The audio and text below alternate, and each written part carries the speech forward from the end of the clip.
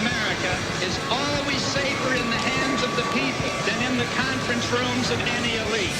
Seder.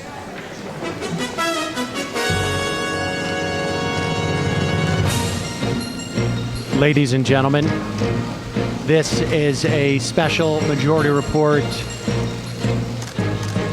thing that we're doing here. Live coverage of today's House Intelligence Committee hearings as part of the impeachment proceedings. This morning, we will hear from Jennifer Williams and Lieutenant Alexander Vindman. Williams is a State Department detailee from the Pence's team, Mike Pence's team, from the White House. He's Vice President staff.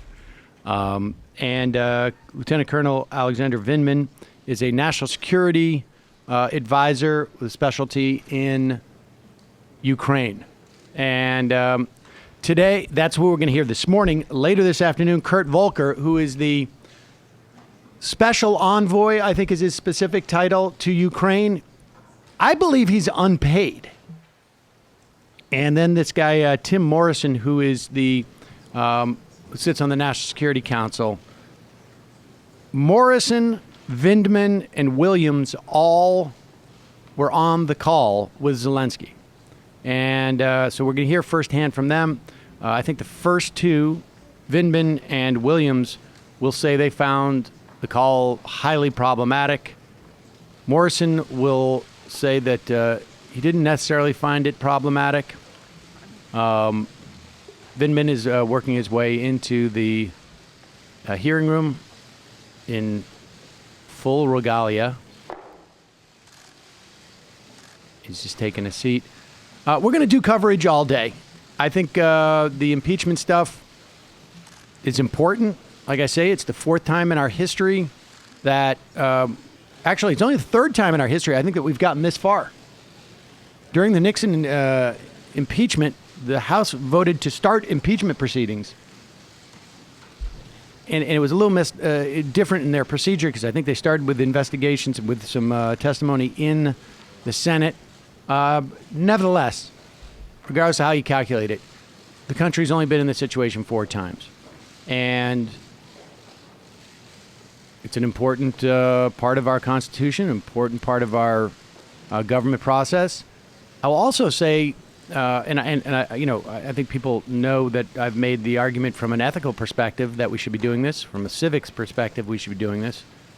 But frankly, also from a political perspective, if you are on the left, if you are hoping that your favored candidate will win the presidency, I think people around here know that, for me, that's Bernie Sanders. But regardless of who wins the presidency, if they're a Democrat, they're going to get a lot more done if the Senate is Democratic. There's certainly going to be people like Joe Manchin, certainly going to be people like Chris Coons, unless his primary works out, for those of us who want to see him primaried out of the House, out of the Senate. Kristen Sinema. And I would suggest if the Democrats do pick up the Senate, it's going to come from, to a certain extent, people that are not going to necessarily go along with every plan that the president has. However, if you want any opportunity for things like a Supreme Court justice that you'd be more favorable to left-wing perspectives, or to things like Medicare for all, the Senate. The Democrats must take the Senate. And I think this impeachment proceeding is, in terms of politics, it's most relevant, most salient in those senatorial races, half a dozen or so across the country, maybe 8. Maine, Georgia, North Carolina, New Mexico, Arizona rather, Colorado, Iowa. Those states are going to be in play for in the Senate races. So here is Adam Schiff is going to swear them in. Well, I guess they're going to sit first. Come to order. and he's going to give a... Good morning, everyone. This is the third in a series of public hearings the committee will be holding as part of the House of Representatives impeachment inquiry. Without objection, the chair is authorized to declare a recess of the committee at any time. There is a quorum present. We will proceed today in the same fashion as our first hearing. I'll make an opening statement, and then Ranking Member Nunes will have the opportunity to make a statement. Then we will turn to our witnesses for their opening statements and then to questions. For audience members, we welcome you and respect your interest in being here. In turn, we ask for your respect as we proceed with today's hearing. It is the intention of the committee to proceed without disruptions. As chairman, I'll take all necessary and appropriate steps to maintain order and ensure that the committee is run in accordance with House rules and House Resolution 660. With that, I now recognize myself to give an opening statement in the impeachment inquiry into Donald J. Trump, the 45th President of the United States. I want everybody on the stream to also... Last week, we heard from three experienced diplomats who testified about President Trump's scheme to condition official acts, a White House meeting, and hundreds of millions of dollars of U.S. military aid to fight the Russians on a deliverable by the new Ukrainian President Zelensky, two politically motivated investigations that Trump believed would help his re-election campaign. One of those investigations involved the Bidens, and the other involved a discredited conspiracy theory that Ukraine and not Russia was responsible for interfering in our 2016 election. As Ambassador Sondland would later tell career Foreign Service Officer David Holmes immediately after speaking to the president, Trump did not give he then used an expletive, about Ukraine. He cares about big stuff that benefits the president, like the Biden investigation that Giuliani was pushing. To press a foreign leader to announce an investigation into his political rival, President Trump put his own personal and political interests above those of the nation. He undermined our military and diplomatic support for a key ally and undercut U.S. anti-corruption efforts in Ukraine. How could our diplomats urge Ukraine to refrain from political investigations of its own citizens if the President of the United States was urging Ukraine to engage in precisely the same kind of corrupt and political investigations of one of our own citizens? At the White House, career professionals became concerned that President Trump, through an irregular channel that involved his acting chief of staff, Mick Mulvaney, EU Ambassador Gordon Sondland, and Rudy Giuliani, was pushing a policy towards Ukraine at odds with the national interest. This morning, we hear from two of the national security professionals who became aware of those efforts. Lieutenant Colonel Alex Vindman, whose family fled oppression in the Soviet Union when he was a toddler, is a career Army officer, an Iraq War veteran who was awarded a Purple Heart, and an expert in Russia and Ukraine who has worked at the highest levels of the Pentagon. Never Trumper. In July 2018, he was detailed to the White House in part to coordinate policy on Ukraine. Jennifer Williams is a career Foreign Service officer who is currently detailed to the Office of the Vice President and responsible for Europe and Eurasia-related issues. Following his initial and congratulatory phone call with Ukrainian President Zelensky on April 21st, President Trump asked Vice President Pence to represent him at Zelensky's upcoming inauguration. Ms. Williams was working on logistics for the trip. Pence would be a coveted attendee, second in significance only to the president, and would have sent an important signal of support to the new Ukrainian president. In early May, however, Rudy Giuliani had been planning to go to Ukraine to pursue the president's interest in having the Bidens investigated, but had to call off the trip after it became public. Among others, Giuliani blamed people around Zelensky for having to cancel and claimed that they were antagonistic to Trump. 3 days later, the president called off the vice president's attendance at Zelensky's inauguration. Instead, a lower-level delegation was named: Energy Secretary Rick Perry, Ambassador Sondland, and Ambassador Kurt Volker, the three amigos. Senator Ron Johnson and Lieutenant Colonel Vindman would also attend. After returning from the inauguration, several members of the delegation briefed President Trump on their encouraging first interactions with Zelensky. They urged Trump to meet with the Ukrainian president, but Trump instead criticized Ukraine and instructed them to work with Rudy. A few weeks later, on July 10th, Ambassador Sondland met at the White House with a group of U.S. and Ukrainian officials, including Colonel Vindman, and informed the group that according to Chief of Staff Mulvaney, the White House meeting sought by the Ukrainian president with Trump would happen if Ukraine undertook certain investigations. National Security Advisor Bolton abruptly ended the meeting and said afterwards that he would not be part of whatever drug deal Sondland and Mulvaney are cooking up on this. Undeterred, Sondland brought the Ukrainian delegation downstairs to another part of the White House and was more explicit, according to witnesses. Ukraine needed to investigate the Bidens or Burisma if they were to get a White House meeting with Trump. After this discussion, which Vindman witnessed, he went to the National Security Council's top lawyer to report the matter. Vindman was told to return in the future with any concerns. He would soon find the need to do so. A week later, on July 18th, the representative of the Office of Management and Budget announced on a video conference call that Mulvaney, at Trump's direction, was freezing nearly $400 million in military assistance to Ukraine, which was appropriated by Congress and enjoyed the support of the entirety of the U.S. national security establishment. Because I cared about corruption. And 1 week after that, Trump would have the now infamous July 25th phone call with Zelensky. No quid pro quo. During that call, Trump complained that the U.S. relationship with Ukraine had not been reciprocal. Later, Zelensky thanks Trump for his support in the area of defense and says that Ukraine was ready to purchase more javelins, an anti-tank weapon that was among the most important deterrents of further Russian military action. Trump's immediate response, "I would like you to do us a favor, though." Trump then requested that Zelensky investigate the discredited 2016 conspiracy theory and even more ominously, look into the Bidens.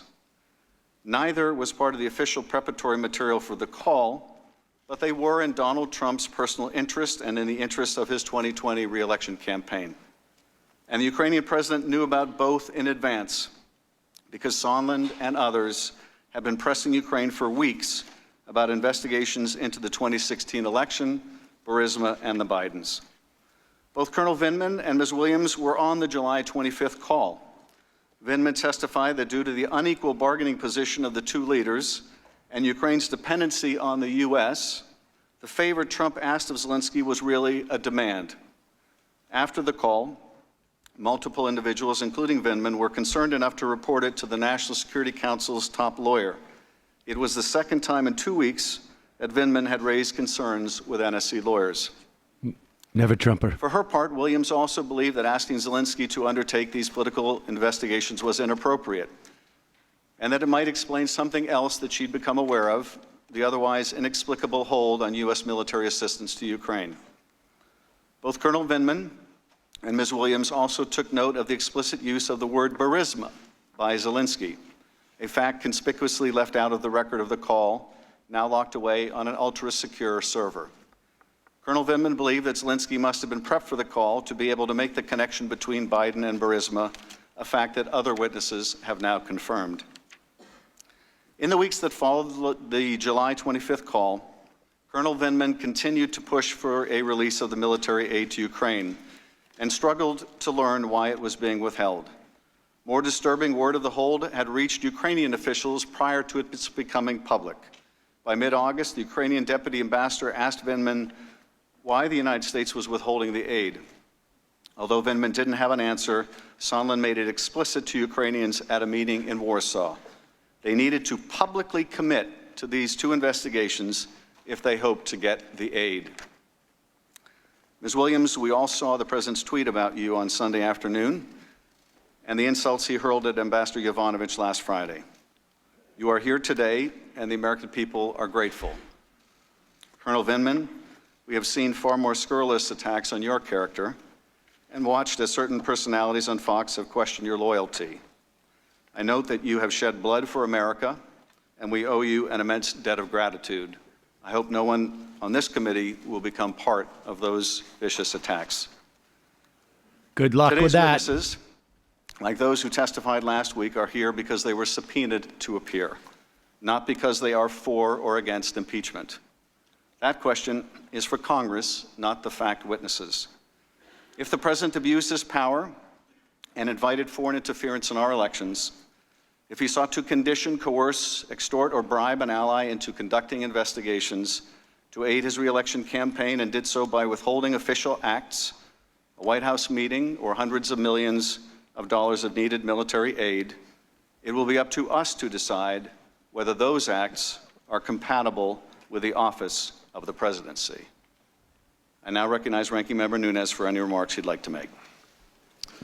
Thanks, gentlemen. I'd like to address a few brief words to the American people watching at home. If you watched the impeachment hearings last week, you may have noticed a disconnect between what you actually saw and the mainstream media accounts describing it. When you saw 3 diplomats who dislike President Trump's Ukraine policy discussing second-hand and third-hand conversations about their objections with the Trump policy. Meanwhile, they admitted they had not talked to the president about these matters, and they were unable to identify any crime or impeachable offense the president committed. But what you read in the press were accounts of shocking, damning, and explosive testimony that fully supports the Democrats' accusations. If these accounts have a familiar ring, it's because this is the same preposterous reporting the media offered for 3 years on the Russian this is hoax. going to be On a nearly daily basis, the top news playbook. outlets in Don't America go back and reported watch the pregnancy and testimony. newest bombshell Just take revelations, my criticism showing that of the President media Trump as and everyone surrounding him were Russian a agents. function of what you should It really wasn't understand long about ago what took that place we there. were reading these headlines from CNN. Congress investigating Russian investment fund with ties to Trump officials. This was false. I hope he calls it New York Times. MSDNC. Trump campaign aides had repeated contacts with Russian intelligence. Also false. Slate was a Trump server communicating with Russia. This was false. New York Magazine, will Trump be meeting with his counterpart or his handler? This was false. The Guardian, Manafort held secret talks with Assange and Ecuadorian embassy. Also false. BuzzFeed, President Trump directed his attorney to lie to Congress about the Moscow Tower project. All of these were false. There was no objectivity or fairness in the media's Russia stories, just as a fevered rush to tarnish and remove a president who refuses to pretend that the media are something different from what they really are, puppets of the Democratic Party. With their biased misreporting on the Russia hoax, the media lost confidence of millions of Americans, and because they refused to acknowledge how badly they botched the story, they've learned no lessons and simply expect Americans will believe them as they try to stoke yet another partisan frenzy. In previous hearings, I've outlined 3 questions the Democrats and the media don't want asked or answered. Instead of shedding light on these crucial questions, the media are trying to smother and dismiss them. Those questions start with, what is the full extent of the Democrats' prior coordination with the whistleblower, and who else did the whistleblower coordinate this effort with? The media have fully accepted the Democrats' stunning reversal on the need for the whistleblower to testify to this committee. When the Democrats were insisting on his testimony, the media wanted it too. But things have changed since it became clear the whistleblower would have to answer problematic questions that include these. What was the full extent of the whistleblower's prior coordination with Chairman Schiff, his staff, and any other people he cooperated with while preparing the complaint? What are the whistleblower's political biases and connections to Democratic politicians? How does the whistleblower explain the inaccuracies in the complaint? What contact did the whistleblower have with the media, which appears to be ongoing? None of this. What are the sources of the whistleblower's information? Who else None did of he this talk is to? material to Was the these whistleblower hearings. prohibited by law None from of it. receiving or conveying any of that In fact, information? the whistleblower at this point is completely redundant. There is little doubt, and you will see the questioning of the Republicans to this effect, The whistleblower that successfully kickstarted Vindman impeachment. went to the whistleblower. He has disappeared from the That as if the it's Democrats quite possible Jennifer Williams went to the whistleblower. witness protection program. It's conceivable to me that even Morrison went to the whistleblower. What was And there may be others. Ukraine's But the point is, the whistleblower was just the only one. They probably chose this person because they were a couple of steps away from the thing. And the whistleblower felt they were the safest person to take this message through the system. Although, it sounds like Vindman also went to his compliance person. But if they can make it about the whistleblower at this point, one, they can intimidate future whistleblowers. But two, they're just changing the subject. But that's fine. Devin Nunes' cow is pretty upset. So the media is furiously smearing and libeling Solomon. In fact, the publication The Hill told its staff yesterday. Yeah, John Solomon. It would conduct a review of Solomon's Ukraine reporting. Uh-oh. Coincidentally, the decision comes just 3 days after a Democrat on this committee told a Hill writer that she would stop speaking to The Hill because it had run Solomon's stories. And she urged the writer to relay her concerns to Hill's management. Long-time right-winger. Solomon's reporting is a problem for the Democrats. It's a problem for the media as well. I'd like to submit for the record John Solomon's October 31st story entitled "Debunking Some of Ukraine's Scandal Myths About Biden and Election Interference." I encourage viewers today to read this story and draw your own conclusions about the evidence Solomon has gathered. Ask unanimous consent that we put this into the record, Mr. Chair. Without objection. The concerted campaign by the media to discredit and disown some of their own colleagues is shocking. And we see it again in the sudden denunciations of New York Times reporter Ken Vogel as a conspiracy theorist after he covered similar issues, including a 2017 Politico piece entitled "Ukrainian Efforts to Sabotage Trump Backfire." My third question: why did Burisma hire Hunter Biden? What did he do for them? And did his position affect any U.S. government actions under the Obama administration? We have now heard testimony from the Democrats' own witnesses that diplomats Incidentally, were concerned Devin about Nunes a could conflict ask of John interest Solomon to involving Hunter testify Biden. if he thinks That's he has because such he had secured a well-paid important position, despite having information. no qualifications, on the board of a corrupt Ukrainian company, while his father was vice president charged with overseeing Ukrainian issues. After trying out several different accusations against President Trump, the Democrats have recently settled on bribery. According to widespread reports, they replaced their quid pro quo allegation because it wasn't polling well. But if the Democrats and the media are suddenly so deeply concerned about bribery, you would think they would take some interest in Burisma paying Hunter Biden $83,000 a month. And you think they would be interested in Joe keeps Biden going up, doesn't it? threatening to withhold U.S. loan guarantees unless the Ukrainians fired a prosecutor who was investigating Burisma. That would be a textbook example That is actually of bribery. the opposite of why he fired him, because they Media, weren't of course, investigating are free to act Burisma. as Democrat puppets, and they're free to lurch from the Russia hoax to the Ukraine hoax at the direction of their puppet masters. But they cannot reasonably expect to do so without alienating half the country who voted for the president they're trying to expel. A little less than half. Americans have learned to recognize fake news when they see it, and if the mainstream press won't give it to them straight, they'll go elsewhere to find it, which is exactly what the American people are doing. With that, I yield back.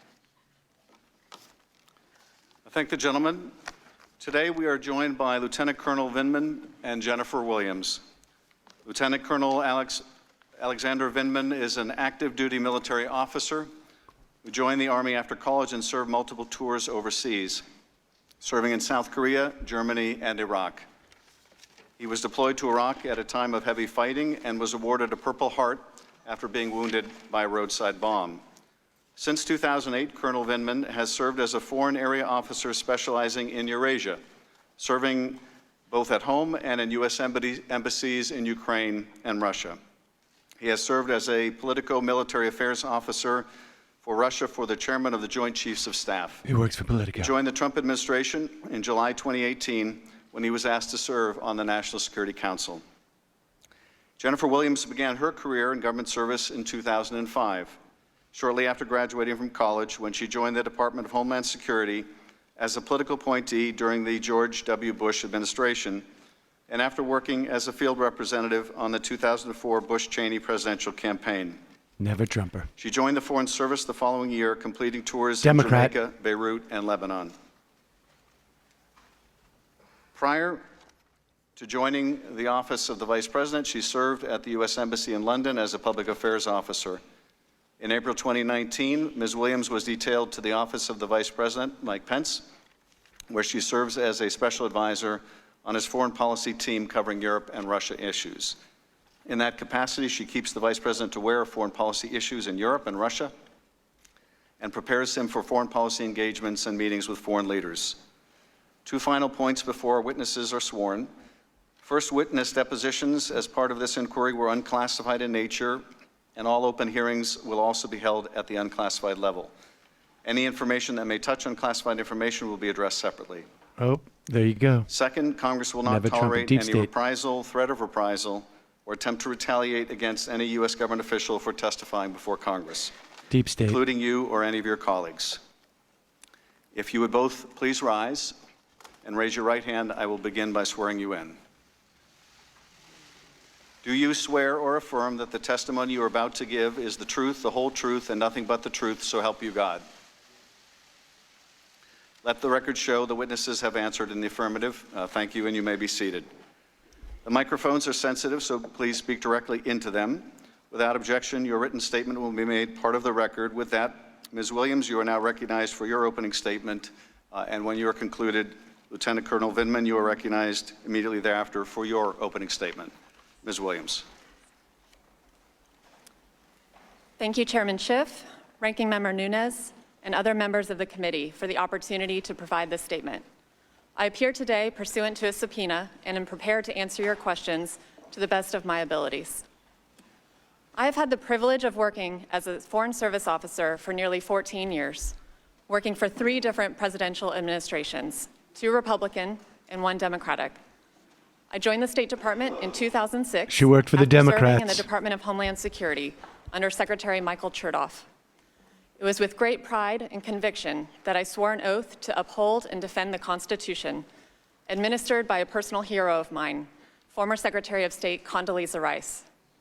Never As a Trumper. career officer, I am committed to serving the American people and advancing American interests abroad in support of the President's foreign policy objectives.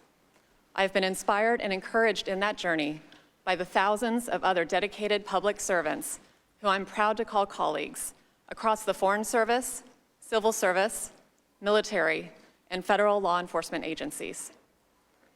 I have served overseas tours in Kingston, Jamaica, Beirut, Lebanon, and London, United Kingdom. I have worked to implement humanitarian assistance programs to serve millions of victims of the Syria conflict and served as an advisor on Middle East issues to the Deputy Secretary of State. And this spring, it was the greatest honor of my career to be asked to serve as a special advisor to the Vice President for Europe and Russia. Over the past 8 months, I have been privileged to work with the dedicated and capable men and women of the Office of the Vice President to advance the administration's agenda. I have also worked closely with talented and committed colleagues at the National Security Council, State Department, Department of Defense, and other agencies to advance and promote U.S. foreign policy objectives. Sounds like a In this Never Trumper. capacity, I have advised and prepared the Vice President for engagements related to Ukraine. As you are aware, on November 7th, I appeared before the committee for a closed-door deposition pursuant to a subpoena. I would like to take this opportunity to briefly summarize my recollection of some of the events I expect the committee may ask me about. On April 21st, Volodymyr Zelensky won the Ukrainian presidential election. On April 23rd, the Vice President called to congratulate President-elect Zelensky. During the call, which I participated in, the Vice President accepted an invitation to attend President-elect Zelensky's upcoming inauguration, providing that the scheduling worked out. The Vice President had only a narrow window of availability at the end of May, and the Ukrainian Parliament would not meet to set a date for the inauguration until after May 14th. As a result, we did not expect to know whether the Vice President could attend until May 14th at the earliest, and we made only preliminary trip preparations in early May. On May 13th, an assistant to the Vice President's Chief of Staff called and informed me that President Trump had decided that the Vice President would not attend the inauguration in Ukraine. She did not provide any further explanation. I relayed that instruction to others involved in planning the potential trip.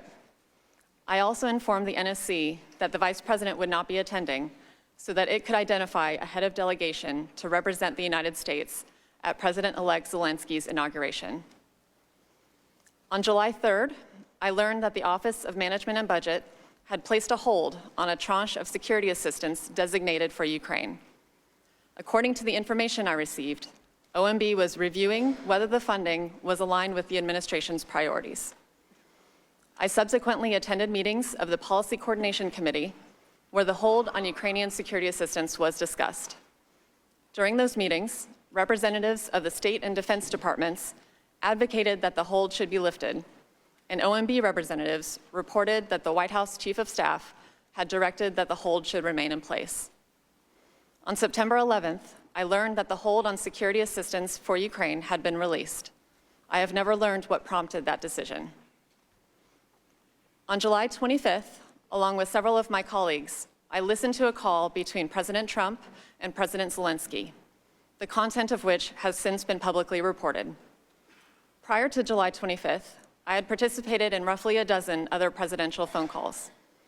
During my closed-door deposition, members of the committee asked about my personal views and whether I had any concerns about the July 25th call.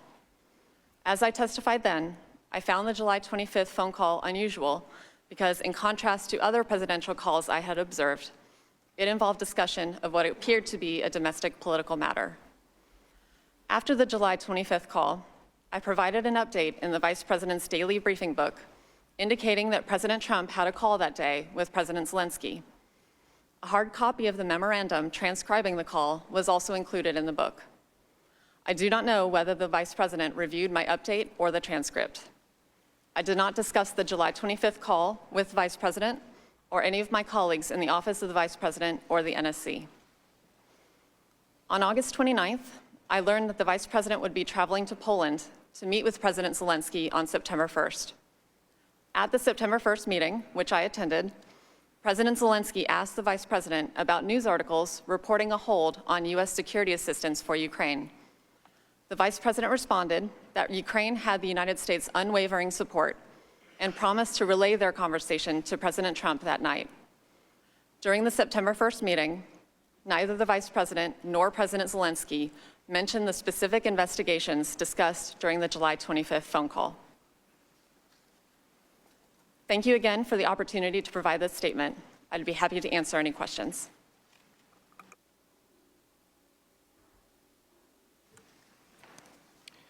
Mr. Chairman, ranking members, thank you for the opportunity to address the House Permanent Select Committee on Intelligence with respect to the activities relating to Ukraine and my role in the events under investigation. I've dedicated my entire professional life to the United States of America. For more than 2 decades, it has been my honor to serve as an officer in the United States Army. As an infantry officer, I served multiple overseas tours, including South Korea and Germany, and I was deployed to Iraq for combat operations. Since 2008, I have been a foreign area officer specializing in European and Eurasian political military affairs. I served in the United States embassies in Kiev, Ukraine, and Moscow, Russia. In Washington, D.C., I was the political military affairs officer for Russia for the chairman of the Joint Chiefs of Staff, where I drafted the Armed Forces Global Campaign Plan to counter Russian aggression and Russian malign influence. In July 2018, I was asked to serve at the White House National Security Council. At the NSC, I'm the principal advisor to the National Security Advisor on Ukraine and other countries in my portfolio. My role at the NSC is to develop, coordinate, and implement plans and policies to manage the full range of diplomatic, informational, military, and economic national security issues for the countries in my portfolio. My core function is to coordinate policy with departments and agencies.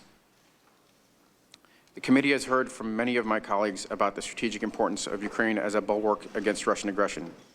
It is important to note that our country's policy of supporting Ukrainian sovereignty and territorial integrity, promoting Ukrainian prosperity, and strengthening a free and democratic Ukraine as a counter to Russian aggression has been a consistent, bipartisan foreign policy objective and strategy across various administrations, both Democratic and Republican, and that President Zelensky's election in April 2019 created an unprecedented opportunity to realize our strategic objectives. In the spring of 2019, I became aware of two disruptive actors, primarily Ukraine's then prosecutor Yuri Lutsenko and former Mayor Rudolph Giuliani, President's personal attorney, promoting false narratives that undermined the United States-Ukraine policy. The NSC and its interagency partners, including the State Department, grew increasingly concerned about the impact that such information was having on our country's ability to achieve our national security objectives. On April 21st, 2019, Volodymyr Zelensky was elected president of Ukraine in a landslide victory on a unity, reform, and anti-corruption platform. President Trump called President Zelensky on April 21st, 2019 to congratulate him on his victory. I was the staff officer who produced the call materials and was one of the staff officers who listened to the call. The call was positive, and President Trump expressed his desire to work with President Zelensky and extended an invitation to visit the White House. In May, I attended the inauguration of President Zelensky as part of the presidential delegation led by Secretary Perry. Following the visit, the members of the delegation provided President Trump a debriefing offering a positive assessment of President Zelensky and his team. After this debriefing, President Trump signed a congratulatory letter to President Zelensky and extended another invitation to visit the White House. On July 10, 2019, Alexander Danylyuk, then Ukraine's National Security Advisor, visited Washington, D.C. for a meeting with National Security Advisor Bolton. Ambassadors Volker and Sondland, and Secretary Rick Perry also attended the meeting. I attended with Dr. Hill. We fully anticipated the Ukrainians would raise the issue of a meeting between the presidents.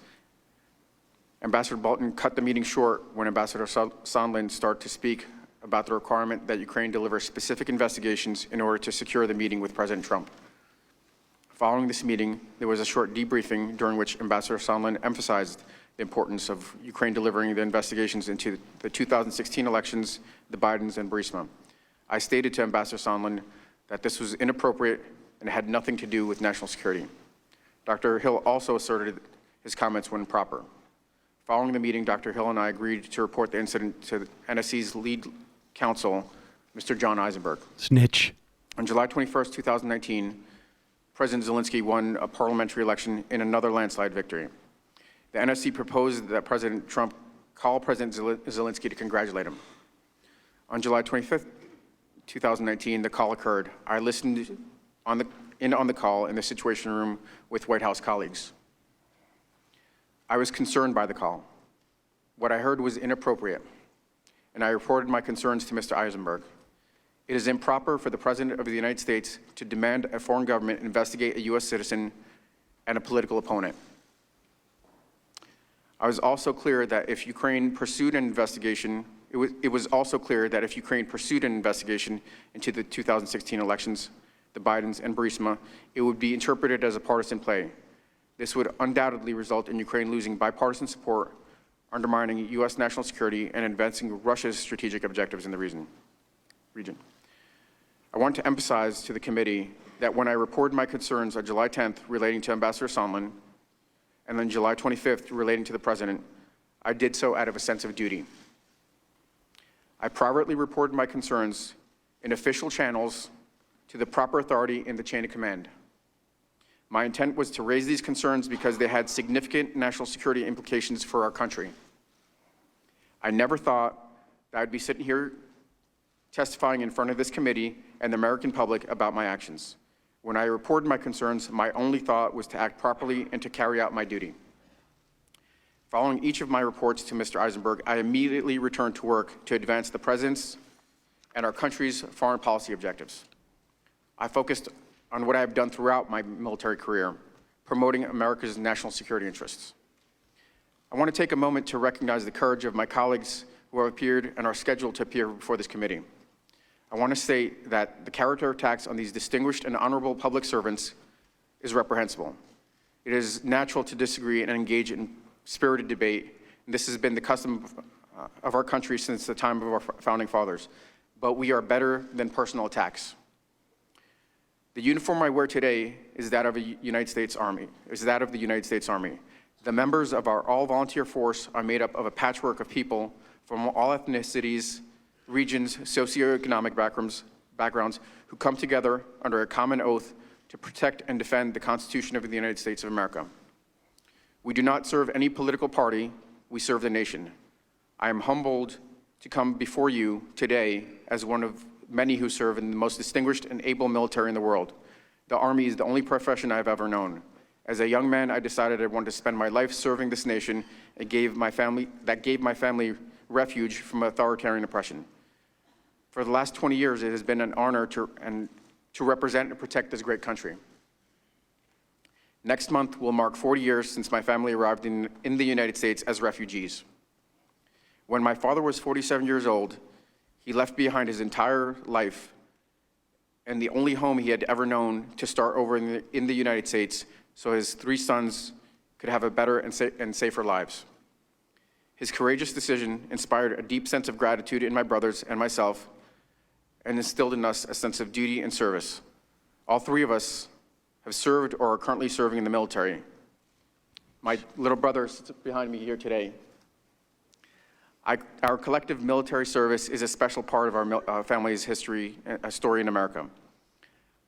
I also recognize that my simple act of appearing here today, just like the courage of my colleagues who have also truthfully testified before this committee, would not be tolerated in many places around the world.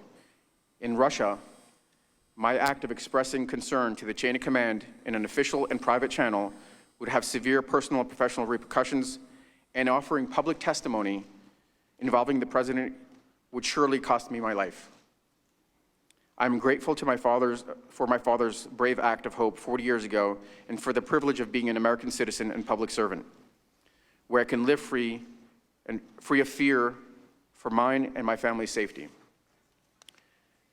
Dad, I'm sitting here today in the U.S. Capitol talking to our elected professionals is proof that you made the right decision 40 years ago to leave the Soviet Union and come here to the United States of America in search of a better life for our family. Do not worry. I will be fine for telling the truth. Thank you again for your consideration. I'll be happy to answer your questions. Jesus. Thank you, Colonel. Thank you, Ms. Williams. Colonel, your brother and family are more than welcome here. We're grateful to have them with us. We will proceed to the first round of questions as detailed in the memo provided to committee members. There'll be 45 minutes of questions conducted by the chairman or majority counsel, followed by 45 minutes. It's going to be for the fun ranking to member watch or the minority Republicans counsel. try and make House that guy out to Resolution be some kind of 660, traitor. that time may not be They'll do delegated it. to other members. They'll do it. Following that, Jim unless Jordan I doesn't specify care. Additional equal time for That Senate dude question, protects we'll proceed under the 5-minute sex rule, predators. and every member will have a chance to ask questions. I now recognize myself or majority counsel for the first 45 minutes. Before we get into the substance of your testimony, Ms. Williams, I want to ask you about a phone call between Vice President Pence and President Zelensky of Ukraine on September 18th. Were you on that call? I was. And did you take notes of the call? Yes, sir. Is there something about that call that you think may be relevant to our investigation? Mr. Chairman, as we previously discussed with the committee, the Office of the Vice President has taken the position that the September 18th... Sir, could you move the microphone a little closer? We got a blackout on the... As we Here we go. previously discussed with both majority and minority staff of the committee, the Office of the Vice President has taken the position that the September 18th call is classified. As a result, with respect to the call, I'd refer the committee to the public record, which includes Ms. Williams' November 7th testimony, which has been publicly released, as well as the public readout of that call, which has previously been issued by the White House. Beyond that, given the position of the Vice President's office on classification, I've advised Ms. Williams not to answer further questions about that call in an unclassified setting. Thank you, counsel. Ms. Williams, I would only ask you in this setting whether you think there's something relevant to our inquiry in that call, and whether, if so, you'll be willing to make a classified submission to the committee. I would also refer to my testimony that I gave in the closed session, and I'm very happy to appear for a classified setting discussion as well. It may not be necessary for you to appear if you'll be willing to submit the information in writing to the committee. I'd be happy to do so. I thank you. Colonel Vindman, if I could turn your attention to the April 21st call, that is the first call between President Trump and President Zelensky. Did you prepare talking points for the President to use during that call? Yes, I did. And did those talking points include rooting out corruption in Ukraine? Yes. That was something the President was supposed to raise in the conversation with President Zelensky?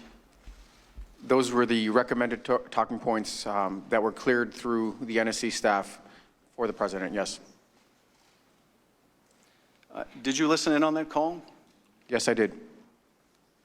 The White House has now released the record of that call. Did President Trump ever mention corruption in the April 21st call? To the best of my recollection, he did not. I was thinking it, though. Thinking it. On the April 21st call, President Trump told President Zelensky that he would send a high-level U.S. delegation to the inauguration. Following that call, Ms. Williams, was your understanding that the President wanted the Vice President to attend the inauguration in Kyiv? Yes, that was my understanding. And did the President subsequently tell the Vice President not to attend the inauguration? I was informed by our Chief of Staff's office, by the Vice President's Chief of Staff's office, that the President had told the Vice President not to attend. I did not witness that conversation. And am I correct that you learned this on May 13th? Is that right? That's correct. Am I also correct that the inauguration date had not been set by May 13th? That's correct. Do you know what accounted for the President's decision to instruct the Vice President not to attend? I do not. Colonel Vindman, you were a member of the U.S. delegation to the inauguration on May 20th, is that correct? Yes, Chairman. And during that trip, did you have an opportunity to offer any advice to President Zelensky? Yes, Chairman. What was the advice that you gave him?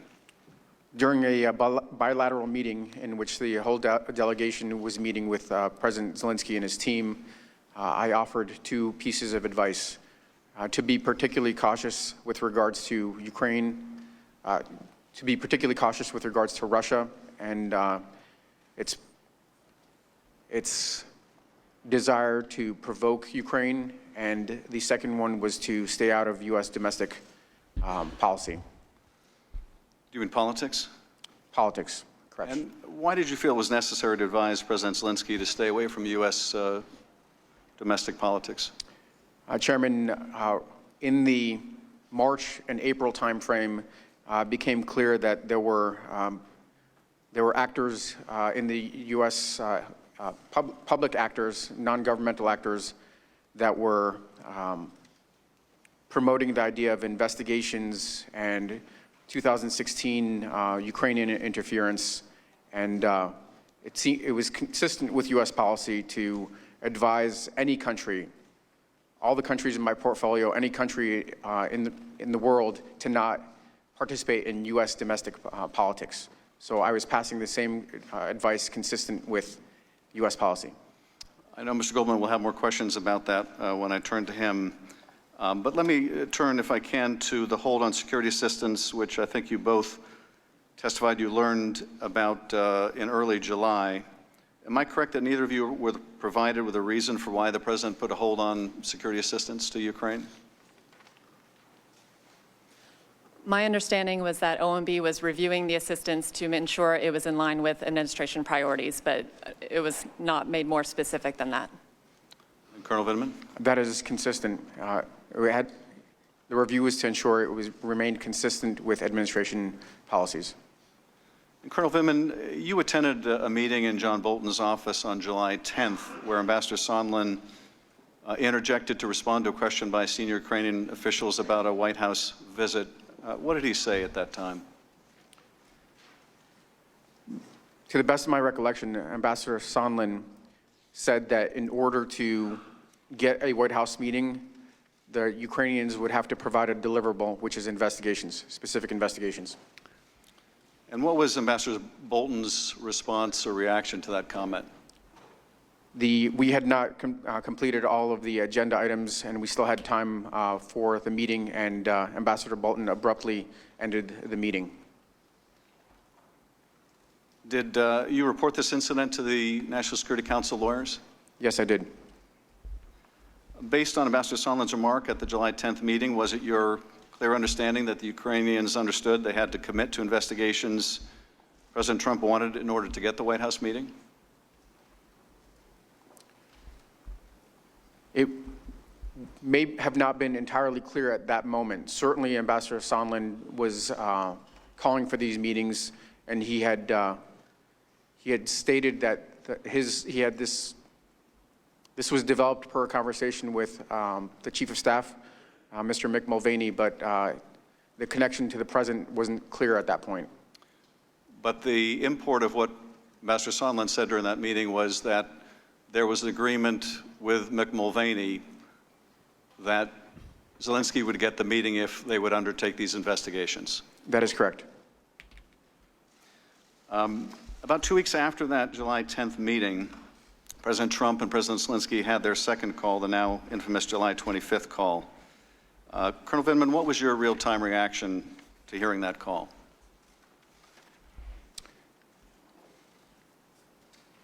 Chairman, without hesitation, I knew that I had to report this to the White House counsel. I had concerns, and it was my duty to report my concerns to the proper people in the chain of command. And what was your concern? Well, Chairman, as I said in my statement, it was inappropriate, it was improper for the President to request to demand an investigation into a political opponent, especially a foreign power where there's at best dubious belief that this would be a completely impartial investigation, and that this would have significant implications if it became public knowledge, and it would be perceived as a partisan play. It would undermine our Ukraine policy, and it would undermine our national security. Now, Colonel, you've described this as a demand, this favor that the President asked. What is it about the relationship between the President of the United States and the President of Ukraine that leads you to conclude that when the President of the United States asks a favor like this, it was a suggestion. It's really a demand? Suggestion. Chairman, the culture I come from, the military culture, when a senior asks you to do something, even if it's polite and pleasant, it's not to be taken as a request. It's to be taken as an order. In this case, the power disparity between the two leaders, my impression is that in order to get the White House meeting, President Zelensky would have to deliver these investigations. Ms. Williams, I think you described your reaction in your deposition as, when you listened to the call, as you found it unusual and inappropriate. But I was struck by something else you said in your deposition. You said that it shed some light on possible other motivations behind a security assistance hold. What did you mean by that? Mr. Chairman, I was asked during the closed-door testimony how I felt about the call, and in reflecting on what I was thinking in that moment, it was the first time I had heard internally the President reference particular investigations that previously I had only heard about through Mr. Giuliani's press interviews in press reporting. So in that moment, it was not clear whether there was a direct connection or linkage between the ongoing hold on security assistance and what the President may be asking President Zelensky to undertake in regard to investigations. So it was noteworthy in that regard. I did not have enough information to draw any firm conclusions. But it raised a question in your mind as to whether the two were related. It was the first I had heard of any requests of Ukraine which were that specific in nature. So it was noteworthy to me in that regard. Never Trumper. Both of you recall President Zelensky in that conversation raising the issue or mentioning Burisma, do you not? That's correct. Correct. And yet, the word Burisma appears nowhere in the call record that's been released to the public. Is that right? That's right. Correct. Do you know why that's the case? Why that was left out? I do not. I was not involved in the production of that transcript. I attribute that to the fact that this transcript that is being produced may have not caught the word Burisma, and it was in the transcript that was released. It was released as the company, which is accurate. It's not a significant omission. But Colonel, you pointed out the fact that that word was used, did you not? Correct. And yet it was not included in the record released to the public. That's right. It's I'd say it's informed speculation that the folks that produce these transcripts do the best they can, and they just didn't catch the word, and that was my responsibility to then make sure that the transcript was as accurate as possible, and that's what I attempted to do by putting that word back in, because that was in my notes.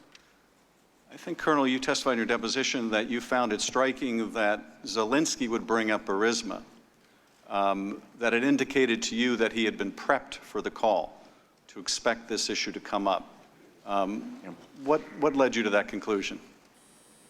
It seemed unlikely that he would be familiar with a single company in the context of a call that was on the broader bilateral relationship, and it seemed to me that he was either tracking this issue because it was in the press, or he was otherwise prepped. Mr. Goldman.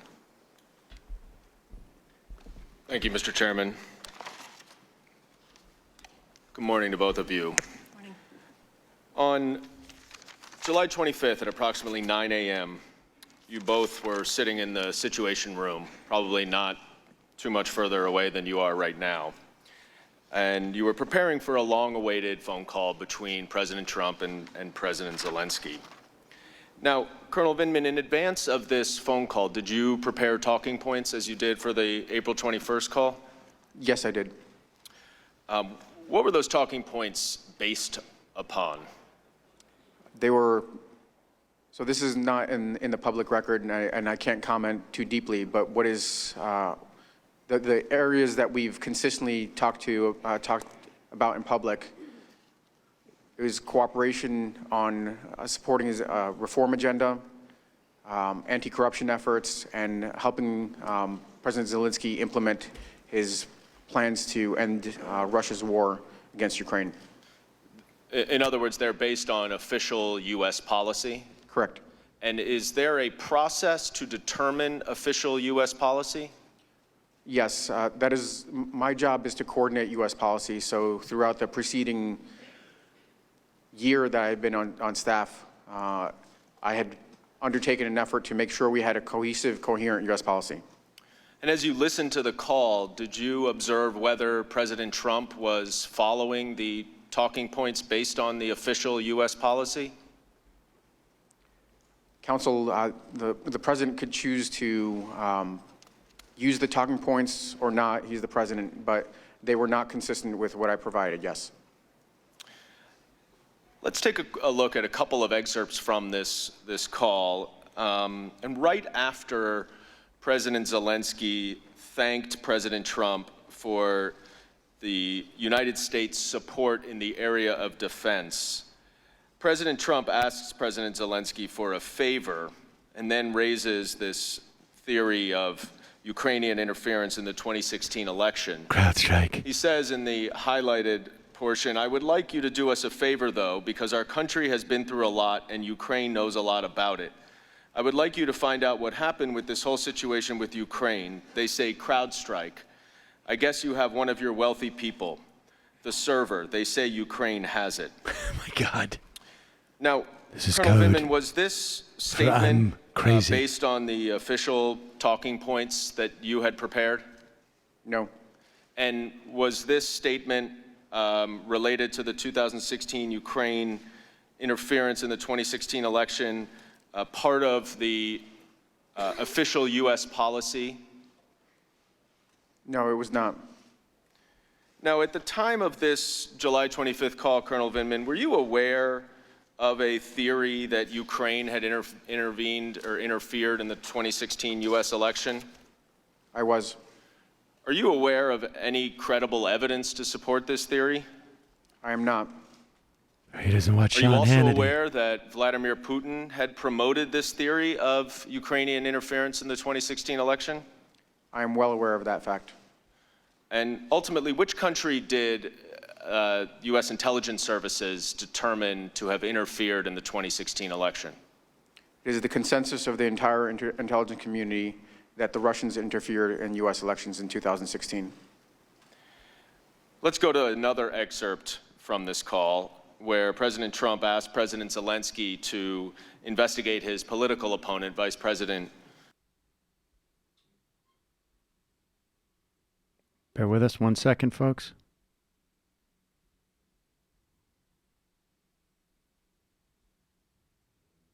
Biden went around bragging that he stopped the prosecution, so if you can look into it. It sounds horrible to me, he said. Again, Colonel Vindman, was this included in your talking points? It was not. Is such a request to investigate a political opponent consistent with official U.S. policy? It was not consistent with the policy as I understood it.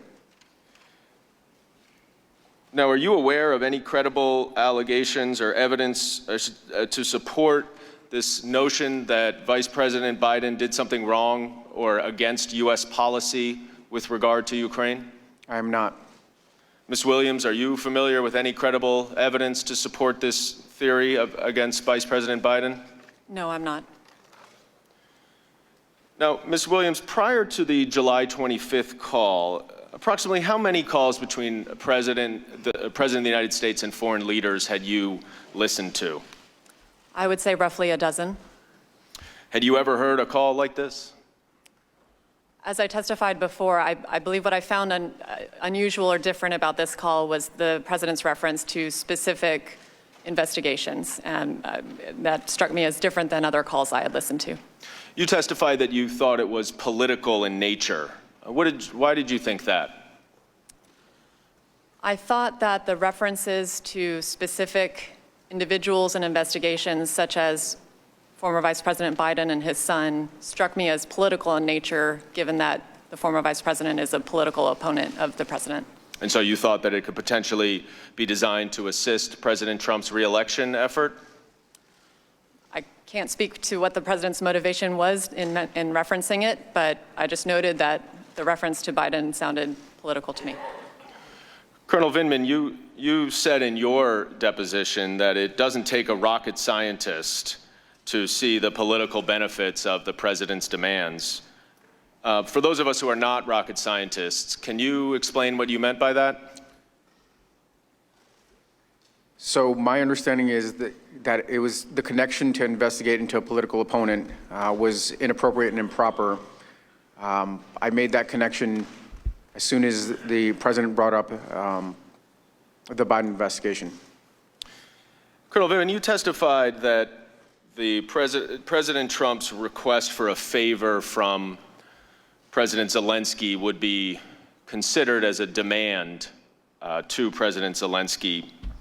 After this call, did you ever hear from any Ukrainians, either in the United States or Ukraine, about any pressure that they felt to do these investigations that President Trump demanded?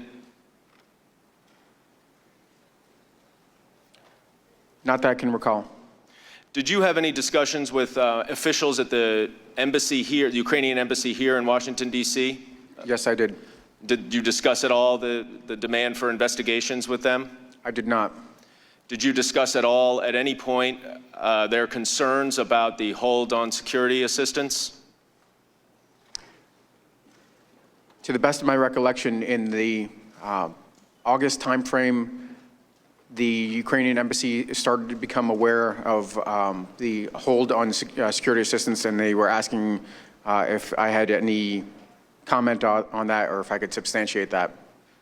And that was before it became public, is that right? Yes. And what did you respond?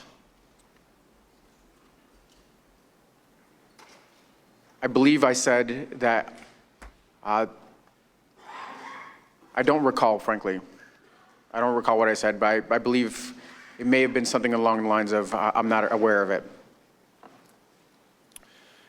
You testified that one of your concerns about the request for investigations related to U.S. domestic politics was that Ukraine may lose bipartisan support.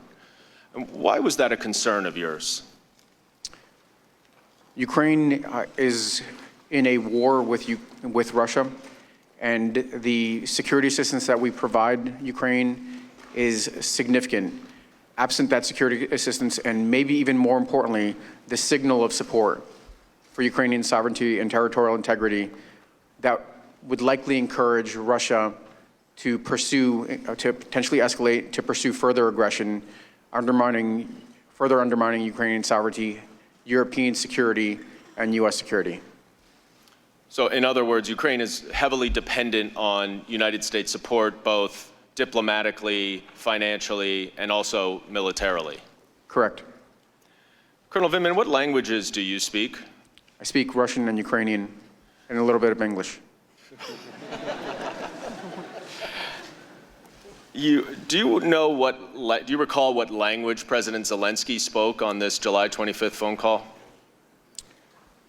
I know he made a valiant effort to speak English. He'd been practicing up his English, but he also spoke Ukrainian. I want to look at the third excerpt from the July 25th call. And Chairman Schiff addressed this with you in his questioning. And you see in the highlighted portion, it says specifically to the company that you mentioned in this issue. Is that the portion of the call record that, Colonel Vindman, you thought President Zelensky actually said Burisma? Correct. And you testified earlier that his use of, or his understanding that when President Trump mentioned the Bidens, that referred to the company Burisma, sounded to you like he was prepped or prepared for this call. Is that right? That is correct. I want to go to the next slide, if we could, which is actually a text message that neither of you is on, but this is from Ambassador Kurt Volker to Andrei Yermak. And Colonel Vindman, who's Andrei Yermak? Andrei Yermak is a senior advisor within the presidential administration to Ukrainian presidential administration. He's a senior advisor to President Zelensky. Now, this text message is less than a half hour before the call on July 25th. And since neither of you are on it, I'll read it. It says from Ambassador Volker, "Good lunch, thanks. Heard from White House. Assuming President Z convinces Trump he will investigate, quote, get to the bottom of what happened, unquote, in 2016, we will nail down date for visit to Washington. Good luck. See you tomorrow, Kurt." Now, is this the sort of thing that you're referring to when you say that it sounded like President Zelensky was prepared for this call? That this would be consistent, yes. Now, turning to the fourth excerpt from the July 25th call. That exchange is going to be very important when we hear from Volker this afternoon, who's going to deny that he knew that the White House meeting his investigation had anything to do with Biden, et cetera. President Zelensky says, "I also wanted to thank you for your invitation to visit the United States, specifically Washington, D.C. On the other hand, I also wanted to assure you that we will be very serious about the case and will work on the investigation." Colonel Vindman, when President Zelensky says, "on the other hand," would you agree that he's acknowledging a linkage between the White House visit that he mentions in the first sentence and the investigations that he mentions in the second sentence?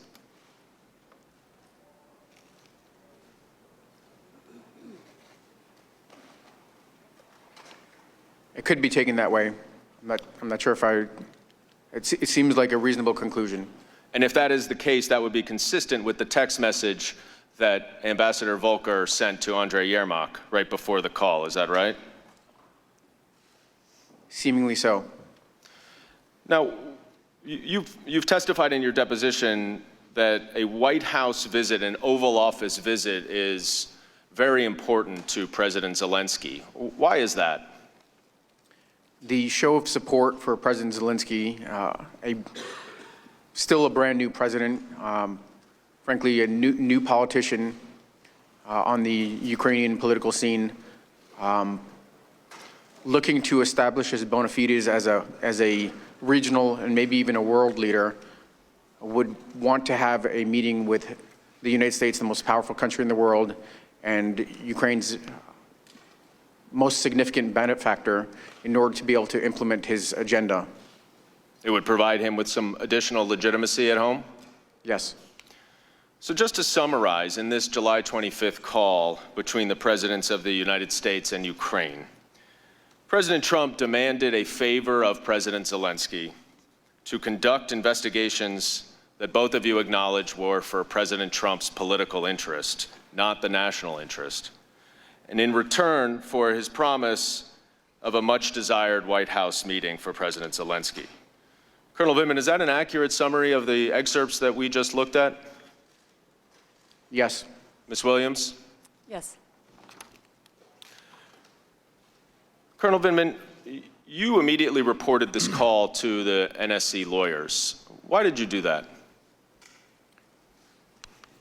So at this point, I had already been tracking this initially, what I would describe as alternative narrative, false narrative, and I was certainly aware of the fact that it was starting to reverberate, gain traction, the fact that it, in the July 10th call, ended up being pronounced by a public official. Ambassador Sondland had me alerted to this, and I was, subsequent to that report, I was invited to follow up with any other concerns to Mr. Eisenberg. And we're going to discuss that July 10th meeting in a moment. But when you say alternative false narratives, are you referring to the two investigations that President Trump referenced in the call? Yes. Now, at some point, did you also discuss how the written summary of the call record should be handled with the NSC lawyers? There was, following the report, there was a discussion in the legal shop on the best way to manage the transcript, yes. What did you understand they concluded?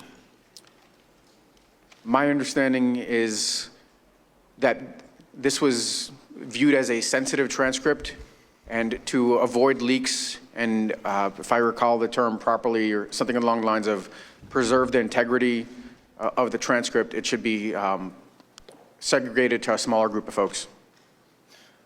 To preserve the integrity of the transcript, what did that mean? I'm not sure. I mean, it seems like a legal term. I'm not an attorney, but it was, I didn't take it as anything nefarious. I just understood that they wanted to keep it in a smaller group. If there was real interest in preserving the integrity of the transcript, don't you think they would have accepted your correction that Burisma should have been included? Not necessarily. The way these edits occur, they go through, like everything else, a approval process. I made my contribution. It was cleared by Mr. Morrison. Then when I returned it, sometimes that doesn't happen. There are administrative errors. I think that in this case, I didn't see it. When I first saw the transcript without the two substantive items that I had attempted to include, I didn't see that as nefarious. I just saw it as, okay, no big deal. These might be meaningful, but it's not that big a deal. You said two substantive issues. What was the other one? There was a reference in a section. One second. Yeah. On page 4, the top paragraph, let me find the right spot. Okay. Yes. You can look into it, ellipse. There are videos, is what I recall, or the recordings. Instead of an ellipses, it should have said, to what you heard, that there are recordings? Correct. Did you ultimately learn where the call record was put? I understood that it was being segregated into a separate system, separate secure system. Why would it be put on a separate secure system? This is definitely not unprecedented, but at times, if you want to limit access to a smaller group of folks, you put it on the secure system to ensure that a smaller group of people with access to the secure system have it. But can't you also limit the number of people who can access it on the regular system? You can do that, but to the best of my recollection, the decision was made, frankly, on the fly after I conveyed my concerns to Mr. Eisenberg. Mr. Ellis came in. He hadn't heard the entire conversation, and when it was mentioned that it was sensitive, it was kind of on-the-fly decision to just segregate it in this other system. Mr. Eisenberg and Mr. Ellis are the NSC lawyers? Correct. But it was your understanding that it was not a mistake to put it on the highly classified system, is that right? I'm not sure I understand. Was it intended to be put on the highly classified system by the lawyers? Or was it a mistake that it was put there? I think it was intended, but again, it was intended to prevent leaks and to limit access. Now, you testified, both of you, about the April 21st call a little earlier. And Colonel Vindman, you indicated that you did include in your talking points the idea of Ukraine rooting out corruption, but that President Trump did not mention corruption. I want to go to the White House readout from the April 21st call. And I'm not going to read the whole thing, but you see the highlighted portion where it says root out corruption? Yes. So in the end, this readout was false, is that right?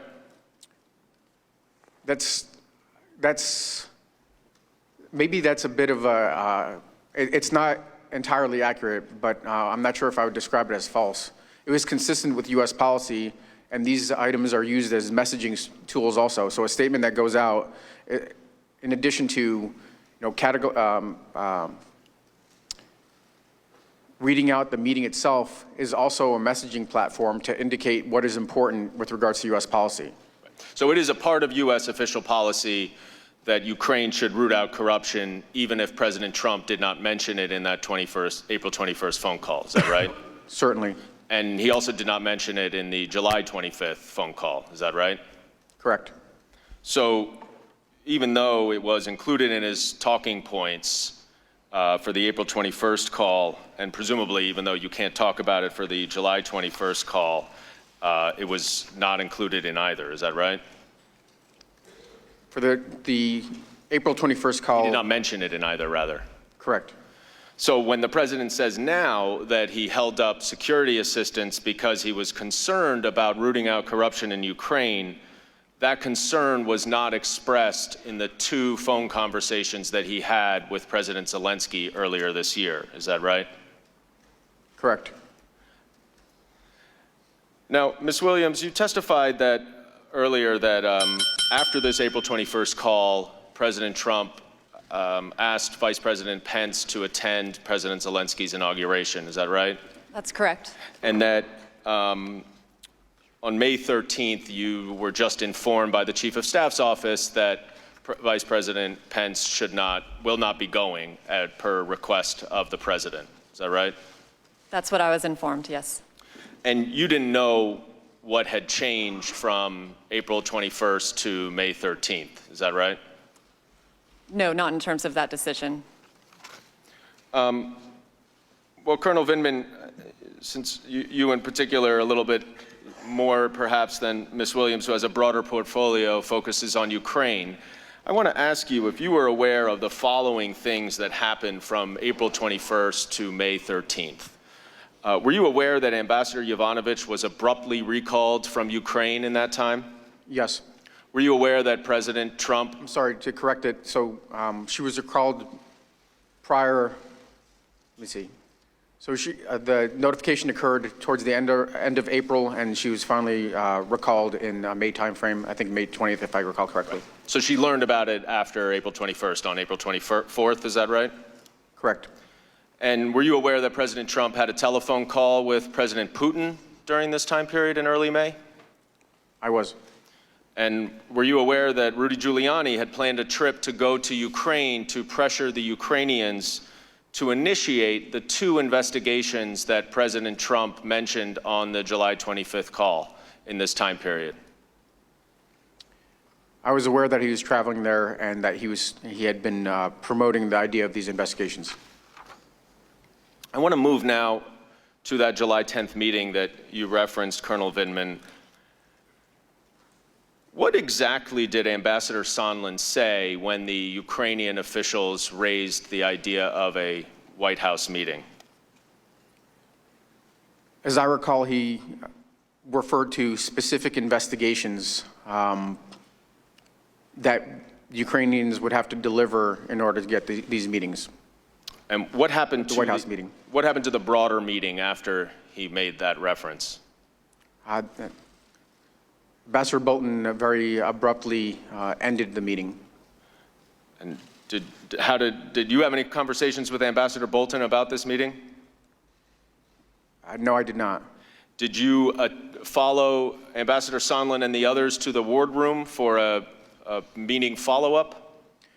There was a photo opportunity that we leveraged in order to demonstrate U.S. support. So the White House visit, demonstrating U.S. support for Ukraine, and the new National Security Advisor, who's a technocrat. And then after that, we went down to a short post-meeting huddle or debrief. Were the investigations, the specific investigations that Ambassador Sondland referenced in the larger meeting, also discussed in the wardroom meeting? They were. And what did Ambassador Sondland say? Ambassador Sondland referred to investigations into the Biden's Burisma in 2016.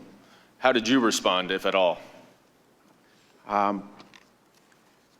said that this request to conduct these meetings was inappropriate. These investigations was inappropriate and had nothing to do with national security policy. Was Ambassador Volker in this meeting as well? I don't recall specifically. I believe he was there for at least a portion of the time. I don't recall if he was there for that the whole meeting. That's going to be important. Was this statement made in front of the Ukrainian officials? I believe there was some discussion prior to the Ukrainians leaving, when it was apparent there was some discord between the senior folks, Ambassador Sondland, and other White House staff, myself. They were asked to step out. So I don't recall if they were there for the entire discussion. The senior White House staff you're referring to, does that include Fiona Hill, your immediate supervisor at the time? Correct. Now, you said you also reported this incident to the NSC lawyers, is that right? Correct. And what was their response? John Eisenberg said that he took notes while I was talking, and he said that he would look into it. Why did you report this meeting and this conversation to the NSC lawyers? Because it was inappropriate, and following the meeting, I had a short conversation, following the post-meeting meeting in the wardroom, I had a short conversation with Dr. Hill, and we discussed the idea of needing to report this. So am I correct, Colonel Vindman, that at least no later than that July 10th meeting, the Ukrainians had understood, or at least heard, that the Oval Office meeting that they so desperately wanted was conditioned on these specific investigations into Burisma and the 2016 election? That was the first time I was aware of the Ukrainians being approached directly by a government official. And directly linking the White House meeting to the investigations? Correct.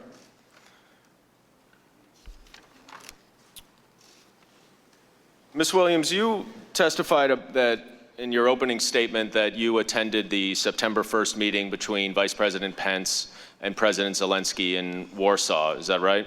That's correct. What was the first thing that President Zelensky asked Vice President Pence about at that meeting? President Zelensky asked the Vice President about the status of security assistance for Ukraine because he had seen the Politico article and other news reporting that the security assistance was being held. And you testified in your deposition that in that conversation, President Zelensky emphasized that the military assistance, the security assistance, was not just important to assist Ukraine in fighting a war against Russia, but that it was also symbolic in nature. What did you understand him to mean by that?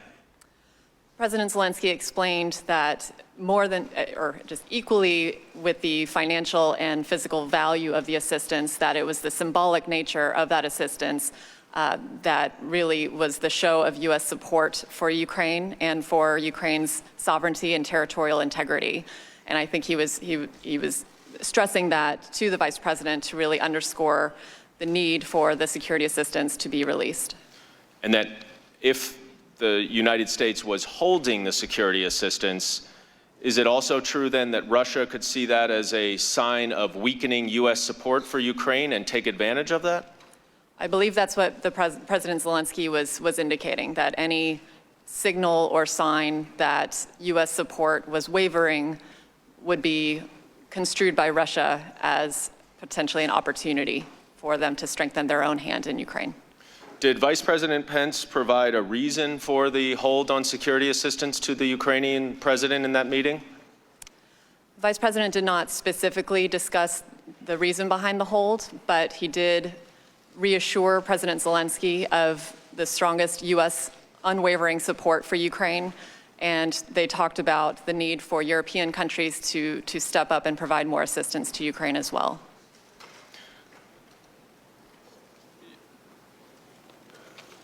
Did Vice President Pence report back to President Trump on that meeting, to your knowledge? The Vice President conveyed to President Zelensky that he would follow up with President Trump that evening and convey to President Trump what he had heard from President Zelensky with regard to his efforts to implement reforms in Ukraine. I am aware that the Vice President spoke to President Trump that evening, but I was not privy to the conversation. Are you also aware, however, that the security assistance hold was not lifted for another 10 days after this meeting? That's correct. And am I correct that you didn't learn the reason why the hold was lifted? That's correct. Colonel Vindman, you didn't learn a reason why the hold was lifted either, is that right? Correct. Colonel Vindman, are you aware that the committees launched an investigation into Ukraine matters on September 9th, 2 days before the hold was lifted? I am aware, and I was aware. And on September 10th, the Intelligence Committee requested the whistleblower complaint from the Department of National Intelligence. Are you aware of that? I don't believe I was aware of that. Were you aware that the White House was aware of this whistleblower complaint prior to that date? The first I heard of the whistleblower complaint is, I believe, when the news broke. I was only aware of the committees investigating the hold on security assistance. So is it accurate to say, Colonel Vindman, that whatever reason that was provided for the hold, including the administrative policies, which would support the hold, would support the security assistance, is that right, to your understanding? I'm sorry, I didn't understand that. I was just asking that the administrative policies of President Trump supported the security assistance. Is that your understanding? So the interagency policy was to support security assistance for Ukraine. Thank you. I yield back. Now recognize Ranking Member Nunes or Minority Counsel for 45 minutes. Thank you, Ms. Williams. Welcome. I want to just establish a few basic facts about your knowledge of Ukraine, Burisma, and the role of the Bidens. Yes, sir. You spend an extraordinary amount of your time on Ukraine, correct? Ukraine is one of the countries in my portfolio. I would not say an extraordinary amount of time, but certainly the Vice President has engaged on Ukraine policy quite a bit in my 8 months. And it's in your portfolio? That's correct. First off, were you aware in September of 2015, then U.S. Ambassador to Ukraine, Jeffrey Pyatt, publicly called for an investigation into Zlochevsky, the president of Burisma? Were you aware of these public statements? No, not at the time. You are today, though. I've since heard them, yes. Did you know of anti-Trump efforts by various Ukrainian officials as well as Alexander Chalupa, a DNC consultant? No, I was not aware.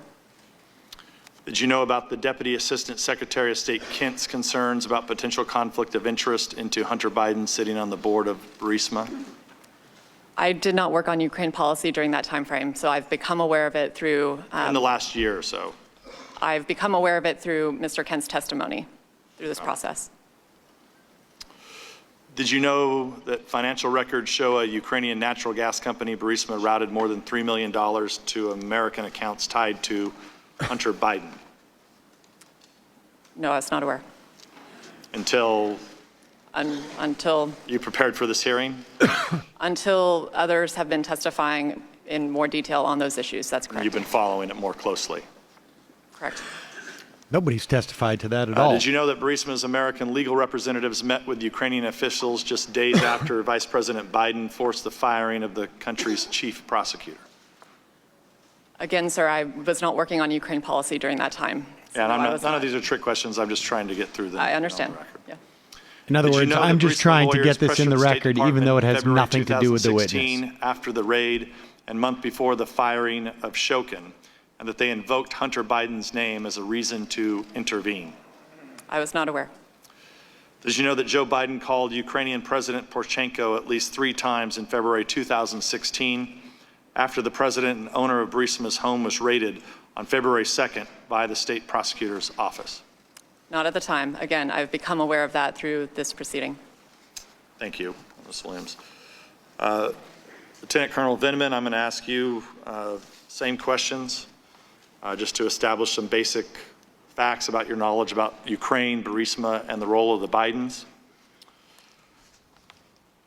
In September 2015, U.S. Ambassador to Ukraine Jeffrey Pyatt publicly called for an investigation into Zlochevsky, the president of Burisma. Were you aware of these public statements? I wasn't aware of them at the time. When did you become aware of them?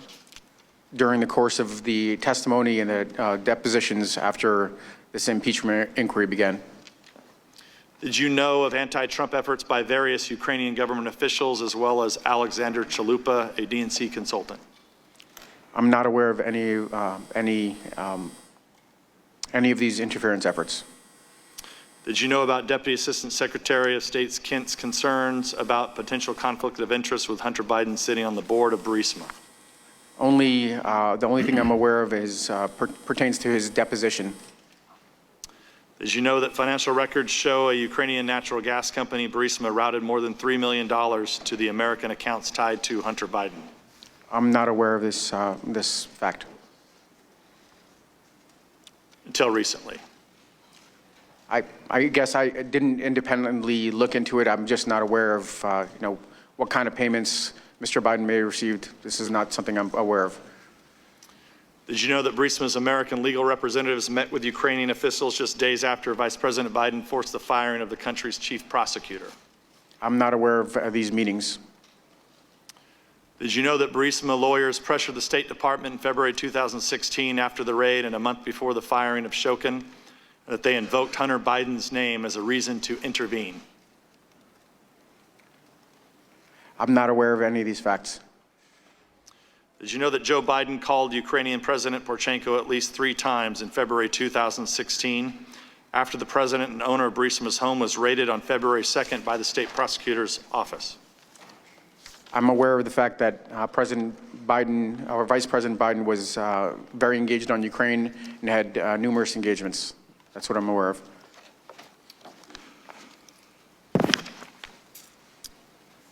Ms. Williams and Lieutenant Colonel Vindman, as you may or may not know, this committee has spent nearly 3 years conducting various investigations, starting with the Russia collusion hoax, FISA abuse, Democratic hysteria over the lack of collusion in the Mueller report, and now this impeachment charade.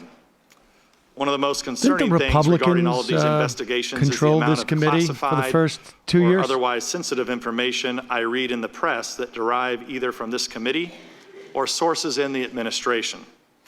To be clear, I'm not accusing either one of you of leaking information. However, given that you are the first witnesses who actually have some firsthand knowledge of the president's call by listening in on July 25th, it's imperative to the American public's understanding of the events, that we get a few matters out of the way first. Ms. Williams, let me just go to you first. For the purposes of the following questions, I'm only asking about the time period from July 25th to September 25th. Okay. Did you discuss the July 25th phone call between President Trump and President Zelensky, or any matters associated with the phone call, with any members of the press? No. To be clear, you never discussed these matters with the New York Times, the Washington Post, Politico, CNN, or any other media outlet? No, I did not. Did you ask or encourage any individual to share the substance of the July 25th phone call or any matter associated with the call with any member of the press? I did not. Do you know of any individual who discussed the substance of the July 25th phone call or matter associated with the call with any member of the press? No, I do not. Lieutenant Colonel Vindman, the same questions for you.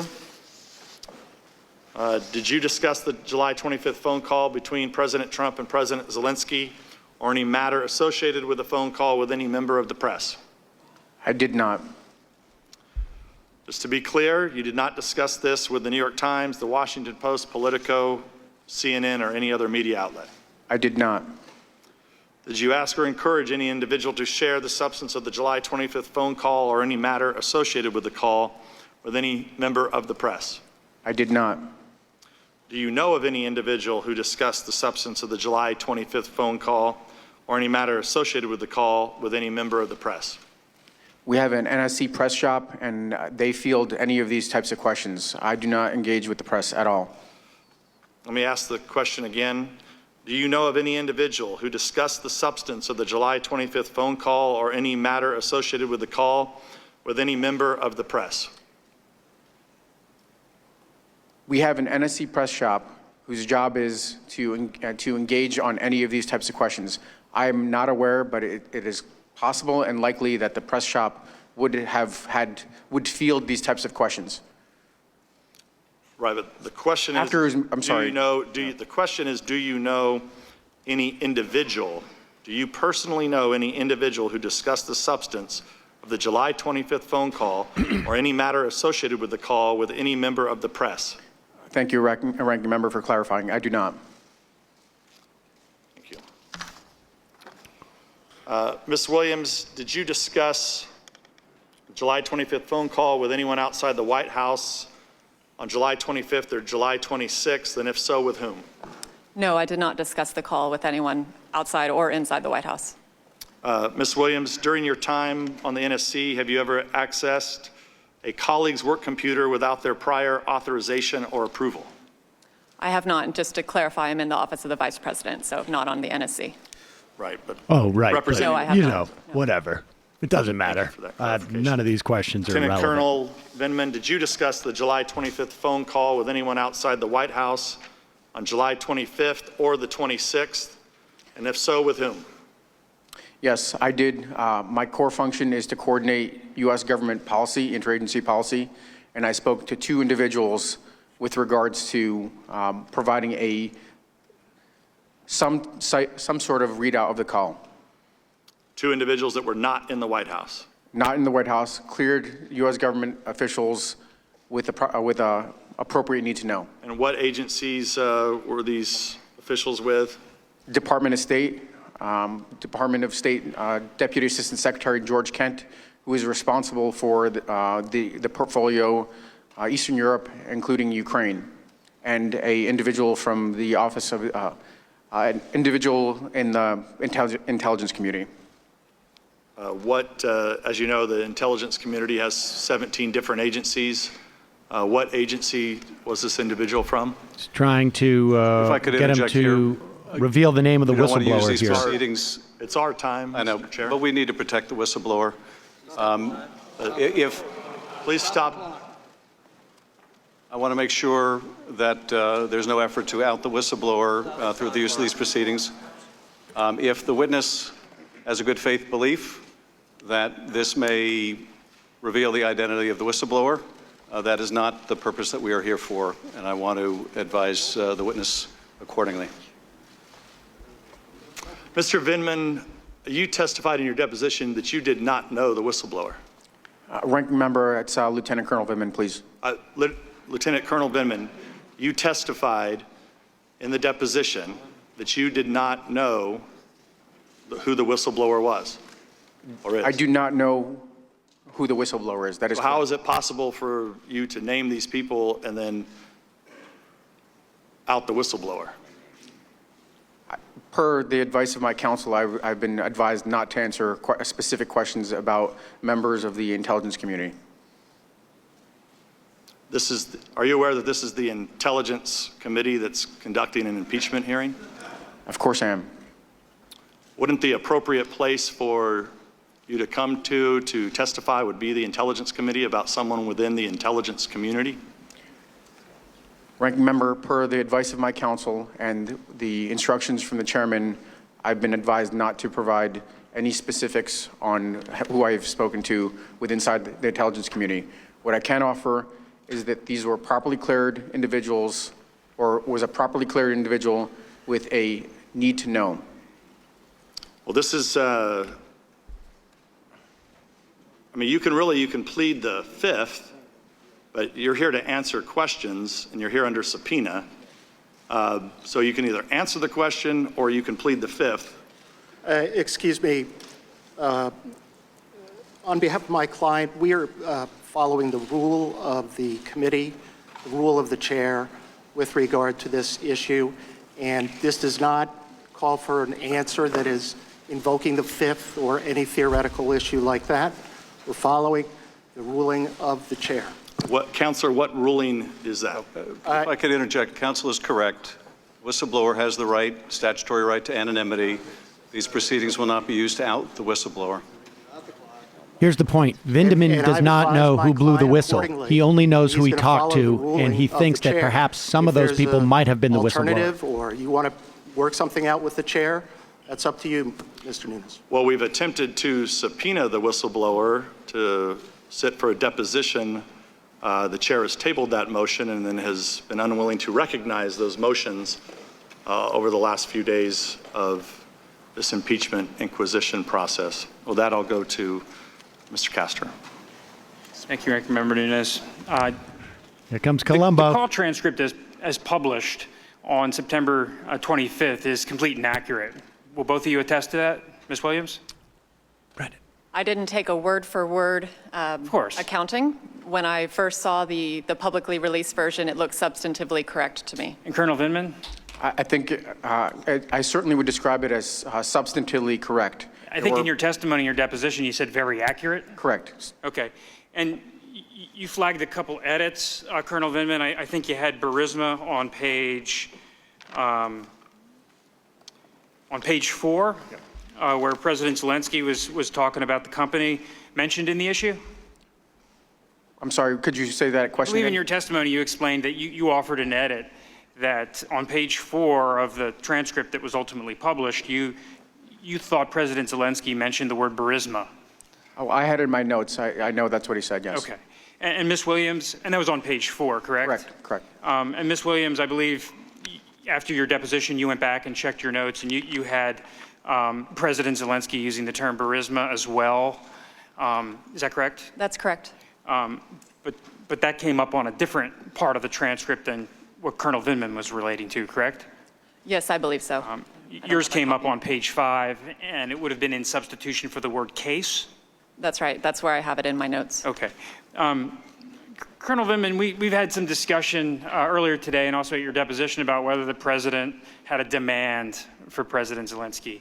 And, you know, I suggested to you in the deposition that the president's words are in fact ambiguous. And he uses some phrases that certainly could be characterized as hedging. On page 3, in the first paragraph, he talks about whatever you can do. He talks about if that's possible. On page 4, he mentions if you could speak to him. He's talking about the Attorney General. or Rudy Giuliani. And then at the end of the first paragraph on page 4, he says, whatever you can do. The president also says, if you can look into it. And I asked you during your deposition whether you saw or acknowledged the fact that certain people could read that to be ambiguous. And I said, correct, yes. And I believe you said, I think people want to hear what they have already preconceived. Is that what you testified? Actually, if I could ask for just a page site, 256. 256 Yeah. and a line. Thank you. Just a minute, please. And Just a minute.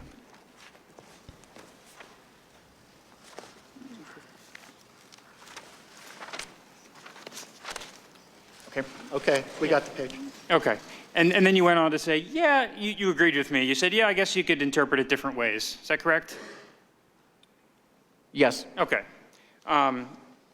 Turning attention to the preparation of the transcript, that followed in the ordinary process, correct?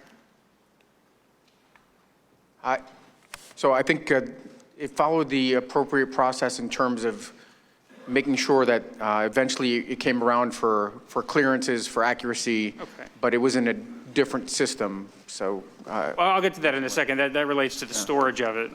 You had some concerns. Mr. Morrison articulated his concerns about if the transcript was leaked out. And I think both you and Mr. Morrison agreed that it needed to be protected. Just a correction, I don't think it was Mr. Morrison. It was Mr. Eisenberg, right? Mr. Morrison testified at his deposition. Okay, we don't have that in front of us. If you can give us that, we'll take a look. yeah, I think in this, but I could say for myself, there were Okay. the concerns about leaks seemed valid, and I wasn't particularly critical. I thought this was sensitive, and I was not going to question Okay. the attorney's judgment on that. Right. And even on the code word server, you had access to it. Yes. So at no point in time during the course of your official duties were you denied access to this information? Correct. Is that correct?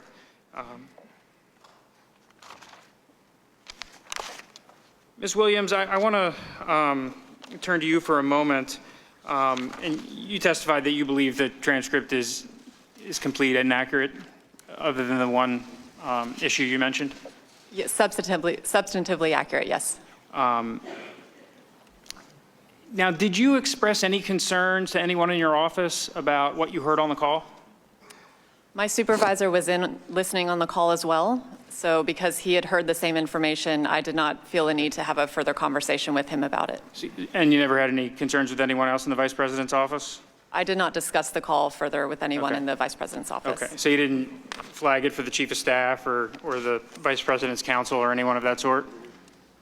Again, my immediate supervisor, Lieutenant General Kellogg, was in the room with me. Right. so. And after the call, did you and General Kellogg ever discuss the contents of the call? We did not, no. Okay. Now, in the run-up to the meeting in Warsaw, the Vice President was meeting with President Zelensky September 1st in Warsaw. You were involved with the preparation of the Vice President's briefing materials? I was. And did you flag for the Vice President this parts of the call that had concerned you? No, we did not include the call transcript in the trip briefing book. We don't normally include previous calls in trip briefing books. And so I'm just wondering if the concerns were so significant, how come nobody on the Vice President's staff at least alerted him to the issue that President Zelensky might be on edge about something that had been mentioned on the 725 call? Again, My supervisor had been in the call with me, and I ensured that the Vice President had access to the transcript in the moment on that day. As we were preparing for the September meeting with President Zelensky, the more immediate issue at hand was 2 days prior, the news had broken about the hold on the security assistance. So we were much more focused on the discussion that was likely to occur about the hold on security assistance for that meeting. And to your recollection, you were in the meeting with President Zelensky and Vice President Pence? I was. And Burisma didn't come up, or the Bidens, or No. any of these investigations? No, it did not. Colonel Vindman, you testified that the president has longstanding concerns about corruption in Ukraine, correct? I don't recall, but there are concerns. There are broad concerns about corruption, yes. But you would agree that if the U.S. is giving hundreds of millions of dollars to a foreign nation that has a corruption problem. That's certainly something that the U.S. government officials and the president would want to be concerned about. Yes. And if a foreign country has a problem with oligarchs taking money, taking U.S. taxpayer dollars, that's something that the president ought to be concerned about in advance of dispensing the aid? Yes. And I believe you did testify that corruption is endemic in Ukraine? Correct.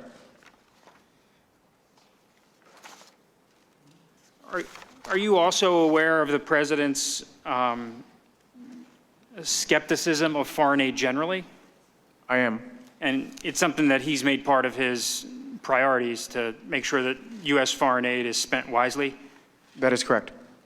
And you're also aware the president has concerns about burden sharing among our allies? Yes. And with respect to Ukraine, he was very interested and engaged in seeing if there was a possibility for our European allies to step up and contribute more?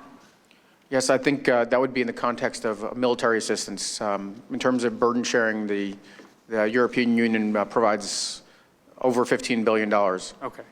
Has provided since 2014. Okay, but you are aware of the president's concern of burden sharing, right? Yes, I am. Okay. Turning our attention specifically to the company Burisma, Mykola Zlochevsky, the co-founder of Burisma, it's one of Ukraine's largest natural gas producers, correct? That is my understanding, yes. And it's been subject to numerous investigations over the years. I'm not aware of, I guess I couldn't point to specific investigations, but there is a, what I would call a pattern of questionable dealings and questions about corruption. Zlochevsky had served as the Minister of Ecology during President Yanukovych's tenure. I came to learn that that is correct, yes. And are you aware, and George Kent testified a little bit about this last week, that under the Obama administration, the U.S. government encouraged Ukraine to investigate whether Zlochevsky used his government position to grant himself or Burisma exploration licenses? Are you aware of that? I would defer to George Kent. He's a fount of knowledge on Ukraine, much deeper knowledge than I have. Okay. And if he attested to that, then I'd take his word for it. And he testified that the U.S., along with the United Kingdom, was engaged in trying to recoup about $23 million in taxpayer dollars from Zlochevsky and the Burisma entity? I understand he testified that, yes. Correct. Okay. And Mr. Kent also testified that the investigation was moving along, and then all of a sudden there was a bribe paid, and the investigation went away. Did you hear him mention that? I heard him mention that. Okay. These are events that occurred before my time, so frankly, beyond what he said, I don't know much more. Fair enough. Right around the time the bribe was paid, the company sought to bolster their board. Are you aware that they tapped some luminaries for their corporate board? Certainly, I learned that at some point, yes. Including the president of Poland, I believe? Yes. And Hunter Biden? Yes, I came to learn that as well. And are you aware of any specific experience Hunter Biden has in the Ukrainian corporate governance world? I don't know much about Mr. Hunter Biden. And we talked a little bit about, at your deposition, about whether President of Poland Biden have either was qualified to serve on this board. And you know, I believe you acknowledged that apparently he was not, in fact, qualified? As far as I can tell, he didn't seem to be, but like I said, I don't know his qualifications. Okay. And Ms. Williams, I want to turn our attention to the inaugural trip. Okay. At one point, the Vice President and the Vice President's office was focusing on attending that, correct? That's right. And it's somewhat complicated because, as I understand it, the White House doesn't want the President and the Vice President to be out of the country at the same time? Yes, that's correct. And during the time frame, the President was in Japan. I believe he was in Japan May 24th to 28th. And then he returned to Europe for the D-Day ceremonies, June 2nd to 7th. And I think you told us that there was a window you provided of 4 days at the end of May, that if the Vice President was going to attend the inauguration, it had to be the 29th, 30th, 31st, or 1st? Our embassy in Kyiv had been in discussions with the with President Zelensky's team. And as we had learned, obviously, the Ukrainian parliament was not going to come back into session until mid-May, and so we wouldn't know formally what the date would be. But we understood that the initial thinking was that they were looking at dates at the end of May. And so honing in on that time frame, we were aware of President Trump's planned travel on either end. And so that's why we advised the Ukrainians that if Vice President Pence were to be able to participate, the only really available days would be May 30th, May 31st, or June 1st. Okay. And before the vice president travels to a foreign nation, you have to send the Secret Service, do advance work, book hotels, and it's a relatively involved preparation experience, right? That's correct. And do you know if the Secret Service ever deployed, booked hotels or anything of that sort? My understanding is that our advance team was looking into those preparations, including hotel availability, and we were trying to determine when it would be appropriate to send out Secret Service and other advanced personnel in order to lay groundwork for a trip. But because we weren't sure yet when the date would be, we hesitated to send those officials out. But ultimately, the Secret Service, as I understand it, did not deploy. I don't believe they did, no. Okay. And the President Zelensky's inauguration was May 20th, if I'm not mistaken? Yes, that's correct. And you had about 4 days' notice? In the end, the Ukrainian parliament decided on May 16th to set the date for May 20th. That's correct. So you would acknowledge that that made it quite difficult for the vice president and the whole operation to mobilize and get over to Ukraine, correct? It would have been, but we had already stopped the trip planning by that point. And when did that happen? Stopping the trip planning? Yeah. On May 13th. Okay. And how did you hear about that?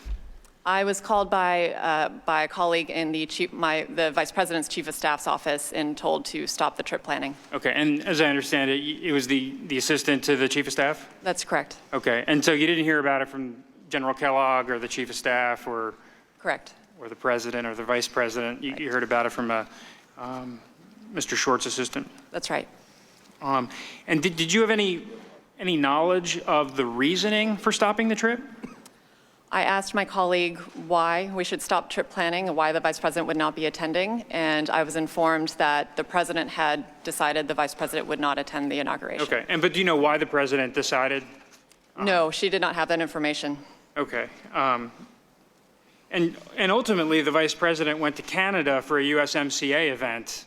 That's right. During this this window of time, correct? Correct. So it's entirely conceivable that the president decided that he wanted the vice president to go to Canada on behalf of USMCA instead of doing anything else, correct?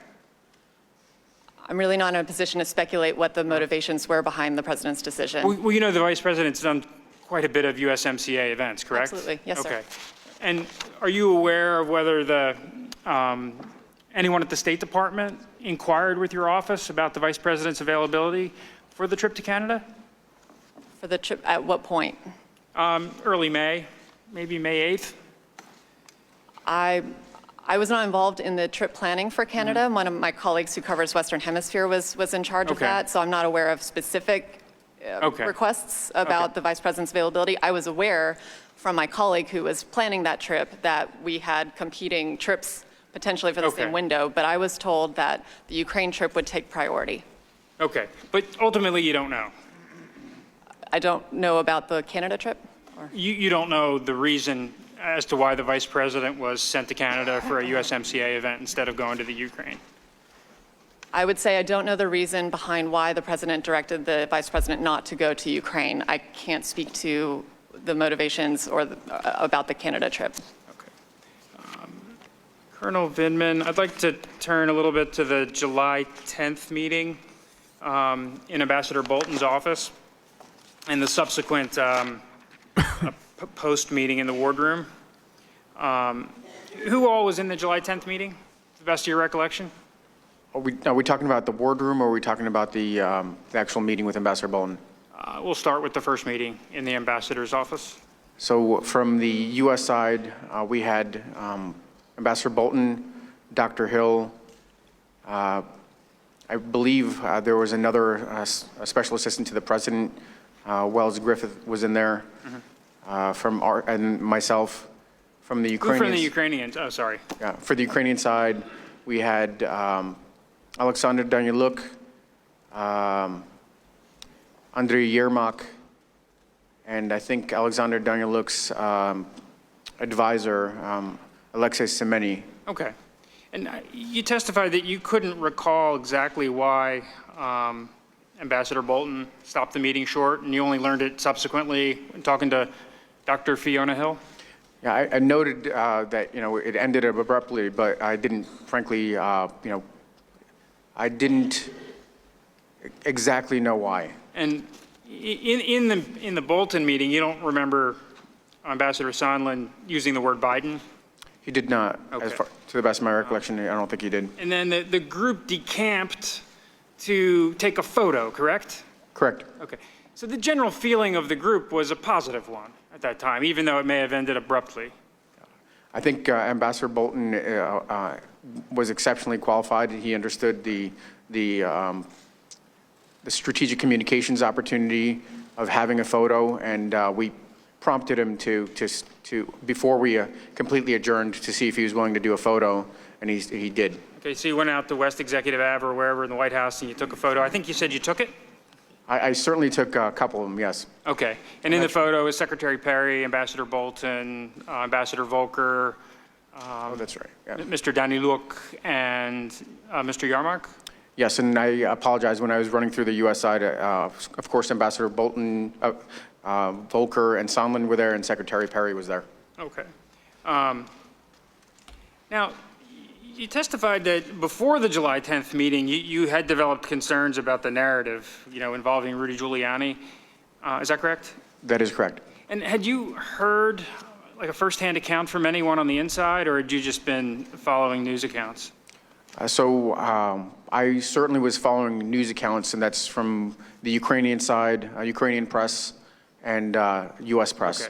Okay. And my colleagues in the interagency also were concerned about this, as this had started in the March timeframe, kind of emanating from the John Solomon story all the way through. So there had been ongoing conversations, so several different sources, Counsel.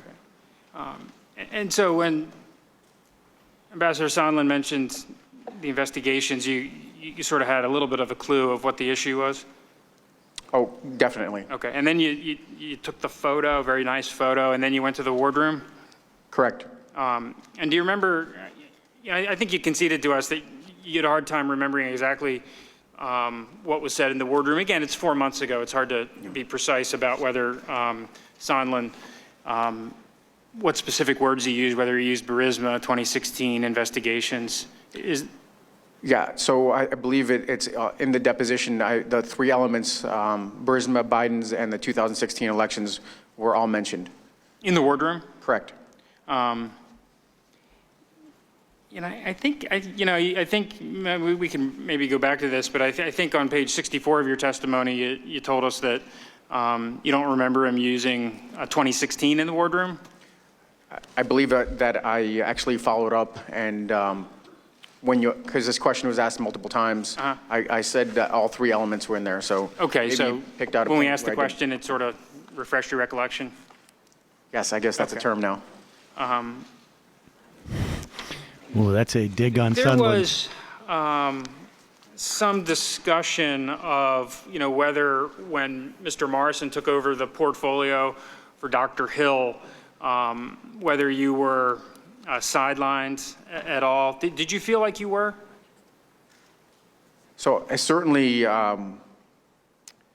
was excluded or didn't participate in the trip to Ukraine, Moldova, Belarus at the end of August, and I wasn't initially, before it changed from a POTUS trip to a vice president trip to Warsaw, I wasn't participating in that one. So I didn't miss that, no. Okay. Did you express any concerns to Mr. Morrison about why you weren't included on those trips? So Mr. Morrison, I was on leave, I was supposed to be on leave from the 3rd of August through about the 16th or so of August, and he called me and asked me to return. There was obviously high priority travel to the region. He needed my assistance to help plan for it, and in asking me to return early from leave, which I take infrequently, I assumed that I'd be going on the trip. So when I was After returning from leave early, when I was told I wasn't going, I inquired about it, correct? Okay. And what feedback did he give you? He initially told me that the aircraft that was acquired, the Mil Air, was too small and there wasn't enough room. Had you ever had any discussions with Mr. Morrison about concerns that he or Dr. Hill had with your judgment? Did I ever have any conversations with Mr. Morrison about it? No. Okay. Did Mr. Morrison ever express concerns to you that he thought maybe you weren't following the chain of command in all instances? He did not. And did Dr. Hill or Mr. Morrison ever ask you questions about whether you were trying to access information outside of your lane? They did not. And another, aspect of the Ukraine portfolio that you were not a part of were some of the communications Mr. Morrison was having with Ambassador Taylor. Correct. And did you ever express concern that he was leaving you off those calls? Well, certainly it was concerning. He had just come on board. He didn't have the, he wasn't steeped in all the items that we were working on, including the policy that we developed over the preceding months. And I thought I could contribute to that, to the performance of his duties. Okay. When you went to Ukraine for the inauguration? Correct. May 20th. At any point during that trip, did Mr. Daniluk offer you a position of defense minister with the Ukrainian government? He did. And how many times did he do that? I believe it was 3 times. And do you have any reason why he asked you to do that? I don't know, but every single time I dismissed it. Upon returning, I notified my chain of command and the appropriate counterintelligence folks about the offer. I mean, Ukraine's a country that's experienced a war with Russia. Certainly their Minister of Defense is a pretty key position. Yeah. For the Ukrainians, President Zelensky, Mr. Daniluk, to bestow that honor on you, at least asking you. I mean, that was a big honor, correct? I think it would be a great honor, and frankly, I'm aware of service members that have left service to help nurture the developing democracies in that part of the world, certainly in the Baltics, former officers, and if I recall correctly, it was an Air Force officer that became Minister of Defense. But I'm an American. I came here when I was a toddler, and I immediately dismissed these offers, did not entertain them. When he made this offer to you initially, did you leave the door open? Was there a reason that he had to come back and ask a second and third time, or was he just trying to convince you? Yeah, Counsel, you know what? It's the whole notion is rather comical that I was being asked to consider whether I'd want to be the Minister of Defense. I did not leave the door open at all. Okay. But it is pretty funny for a Lieutenant Colonel in the United States Army, which really is not that senior, to be offered that illustrious a position. When he made this offer to you, was he speaking in English or Ukrainian? Oh, Mr. Daniluk is a absolutely flawless English speaker who's speaking in English. Okay. And just to be clear, there were 2 other staff officers, Embassy Kiev staff officers, that were sitting next to me when this offer was made. Okay. Yeah. And who were they? So one of them you may have met. It was Mr. David Holmes, and the other one was I don't know. I mean, I guess I could. David Holmes will testify Thursday Keith Bean. that he was there when Sondland was on the call with Trump. Evening. I understand. He's a delightful fellow. Castor's doing a great job of making Vindman look like he's full of integrity and you a papered it good up, witness. given your I don't think that's with a SCI clearance, whenever a foreign government makes a overture like that, you paper it up and you tell your chain of command? I did, but I also don't know if I fully entertained it as a legitimate offer. I was just making sure that I did the right thing in terms of reporting, yes. Okay. And did any of your supervisors, Dr. Hill at the time, or Dr. Kupperman or Ambassador Bolton ever follow up with you about that? It's rather significant. Yeah. The Ukrainians offered you the post of defense minister. Did you tell anyone in your chain of command about it? After I spoke to, and I believe the deputy, our deputy senior director, John Ereth, was there. Once I mentioned it to both of them, I don't believe there was ever a follow-up discussion. Okay.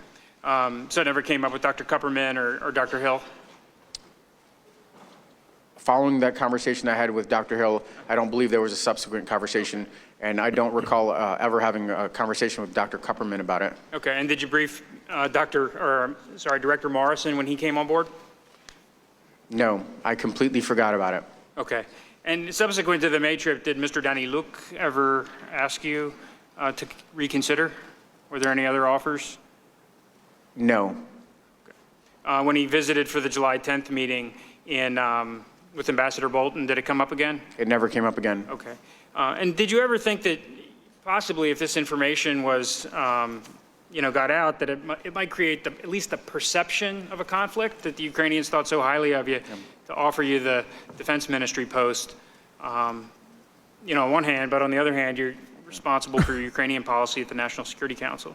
So frankly, it's more important about what my American leadership, my American chain of command thinks than any of the, and this is, these are honorable people. I'm not sure if he meant it as a joke or not, but it's much more important what my civilian White House National Security Council chain of command thinks more so than anybody else. And frankly, if they were concerned about me being able to continue my duties, Of course. they would have brought that to my attention. Dr. Hill stayed on for several more months, and we could continue to work to advance U.S. policy. Okay. And during the times relevant of the committee's investigation, did you have any communications with Mr. Yarmouk or Danny Luke outside of the July 10th meeting? I recall a courtesy note from Mr. Yermak within days of his return to July, in which he wanted to preserve an open channel communication, and I said, please feel free to contact me with any concerns. And were you following this? There's sort of two tracks. Ambassador Taylor walked us through it during his testimony last Wednesday. He called it a regular channel, and then he called it an irregular, but not outlandish channel with Ambassador Sondland and Ambassador Volker. Were you tracking the Sondland and but not Volker outlandish channel during this time period? Yeah, so I'm trying to recall at which point I became aware of Ambassador. Certainly, I was aware of the fact that they were working together. Ambassador Sondland, Ambassador Volker, and Secretary Perry were working together to advance U.S. policy interests that were in support of what had been agreed to. But I didn't really learn, like I said, until the July 10th. Actually, there may have been a slightly earlier point. I recall a meeting in which Ambassador Bolton facilitated a meeting between Ambassador Volker and Ambassador Bolton in the June timeframe. And there may have been some discussion about this external channel, but okay. I frankly didn't become aware of these particular U.S. government officials being involved in this alternate track until July 10th. Okay, and I think we Irregular, had some but not discussion outlandish. that, Mr. Giuliani was promoting a negative narrative about the Ukraine, and certain officials were trying to help the president understand that with Zelensky, it was a new day, and Ukraine's going to be different. Is that your understanding? That is correct. That is exactly what was being reported by the intelligence community, by the policy channels within the NSC, and the conservative voices of the various people that have actually met with them, including foreign officials. And to the extent that you're aware of what Ambassador Sondland's goals were here and Ambassador Volker's goals were here, you think they were just trying to do the best they could and try to advocate in the best interest of the United States? That is what I believed, and that is what I still believe, frankly. And so to the extent Mr. Giuliani may have had differing views, they were trying to help him understand that it was time to change those views? I think they were trying to bring him into the tent and have him kind of support the direction that we had settled on. And you never conferred with Mr. Giuliani? No. You never had any meetings, phone calls, or anything of that sort? I did not. And did you have any? I only know him as New York's finest mayor. America's mayor. America's mayor. And did you have any discussions, communications during this relevant time period with the president? I've never had any contact with the President of the United States. My time's expired, Mr. Chairman. Thank you. I thank the gentleman. We're going to now move to the 5-minute member rounds. Are you good to go forward, or do you need a break? I think we'll elect to take a short break. Okay, let's try to take a 5 or 10 minute break, and we will resume with the 5-minute rounds. Oh, if I could ask the audience and members to please allow the witnesses to leave the room first. Okay, folks. So they're going to take a break. Committee is in recess. Right now, what we intend to do is to collect some of the moments from the testimony. I mean, there was nothing particularly earth-shattering here, beyond the fact that I think, and maybe we'll see this with the Republicans when they start to ask questions, but it was we were absent of any sort of attempts so far to make Vindman, although Castor seemed to be hoping there was something to mine there. Apparently Vindman was asked by, and it's unclear whether it was a serious ask, by Ukrainian official to become their defense minister or something like that. But we only know this because Vindman reported it back to his superiors, didn't take it seriously. Vindman came off, his opening statement, frankly, was much more heartfelt. I mean, I guess, and look, I like to maintain an emotional distance from everything at all times. But I have to say that his opening statement was, I was surprisingly somewhat moved by it. I actually have a couple of friends who came from Russia as children. I know I have a friend who came from Russia as an adult, and it was, I guess maybe it was easy for me to relate to their perspective. They tend to be sort of on the political scale. Sometimes there's a sort of a streak of conservatism because they're a little bit worried, particularly the parents are a little bit, they went through living in an authoritarian regime. And that tends to make you very concerned. It's almost like, we don't have too many of the Depression era folks around anymore, but they would always be very parsimonious because they were always afraid of having no money. I know that my grandparents' generation were very concerned as Jews to always have their passports ready because they were overly sensitive to the idea of what had happened in Germany. So he sort of expressed that, and we will play that when we do piece together a wrap-up, which I think we'll do. I think the intention is that we will stay with some of the coverage when they return so that we can hear the Republicans' attempt to make Vindman look like some type of, I don't know really what they're going to do. Like he has a dual loyalty to Ukraine. The bottom line is it turns out this guy was responsible for basically providing the briefing notes for Donald Trump before these phone calls. And there appears to have been 3 that he testified about, one in April, one I think in May, and one in July. And he provided the briefing notes. And in the first couple, Trump never talked about, there you go, folks, not outlandish, their behavior. There's the new hat. In the briefing notes, he put in, talk about corruption, broadly speaking, and he didn't the first 2 times. In the third one, he did not. The Vindman, put in corruption, but Trump sort of freelanced a little bit with Burisma and 2016. So I saw it on Hannity, so it must be real.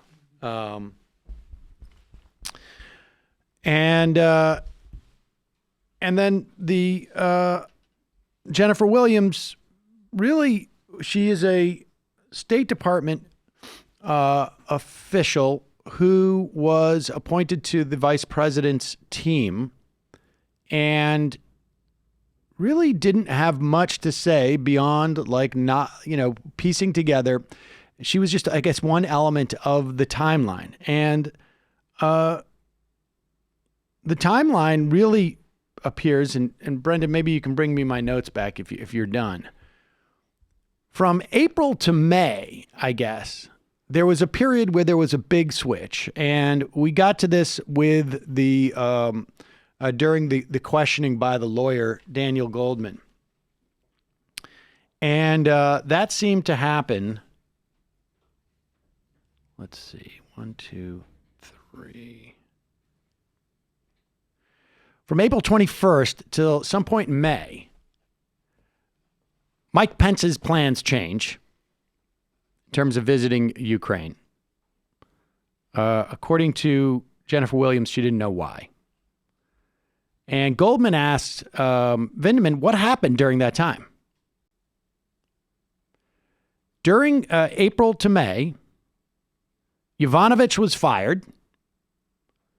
Trump had a call with Vladimir Putin, and Giuliani travels to pressure Ukraine. And that seems to be where, and I think the implication is, and look, we'll never know.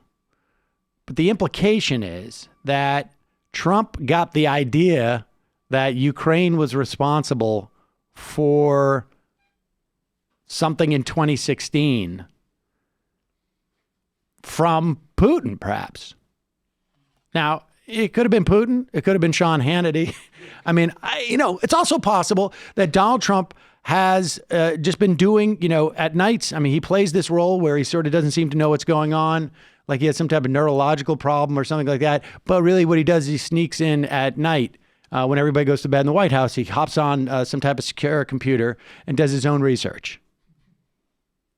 Or it's possible that just people feed him theories and they sound good to him and they go for it. But this is, at one point he got the idea, and it appears to be between April and May, and that's why you start to see this activity that goes into a different direction. And the other things that come up, this afternoon we're going to be hearing from Volker, Kurt Volker, and Tim Morrison. Kurt Volker claims that he never understood, and Brendan, correct me if I'm wrong on this, but Volker claims now, or has testified, or will testify, that he never understood that the Ukraine aid was tied to investigations. Now,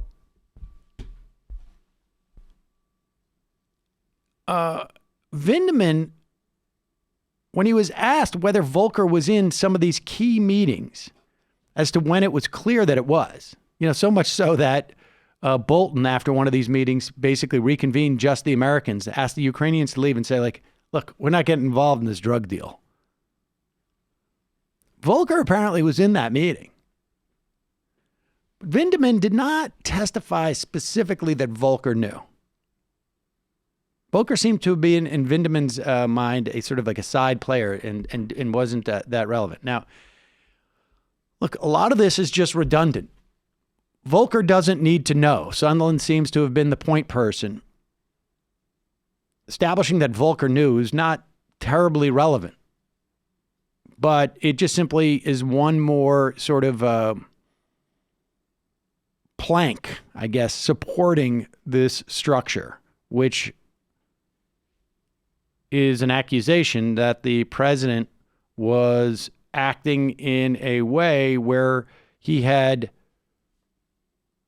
unofficially changed U.S. foreign policy towards Ukraine and changed it in such a way that the aid that had been appropriated by Congress was now contingent upon them helping him in the 2020 campaign, both by pretending that there was some suspicion as to whether they were involved in the 2016 campaign, and by simply announcing that they were investigating Hunter Biden's relationship to Burisma. And the thing is it's quite established what Hunter Biden's relationship to Burisma was. He was on their board.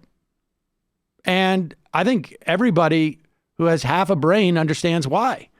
It's because Joe Biden and the international community, Joe Biden was simply the American point person for it, was attacking may be too strong a word, but was pressuring the Ukrainians to investigate Burisma.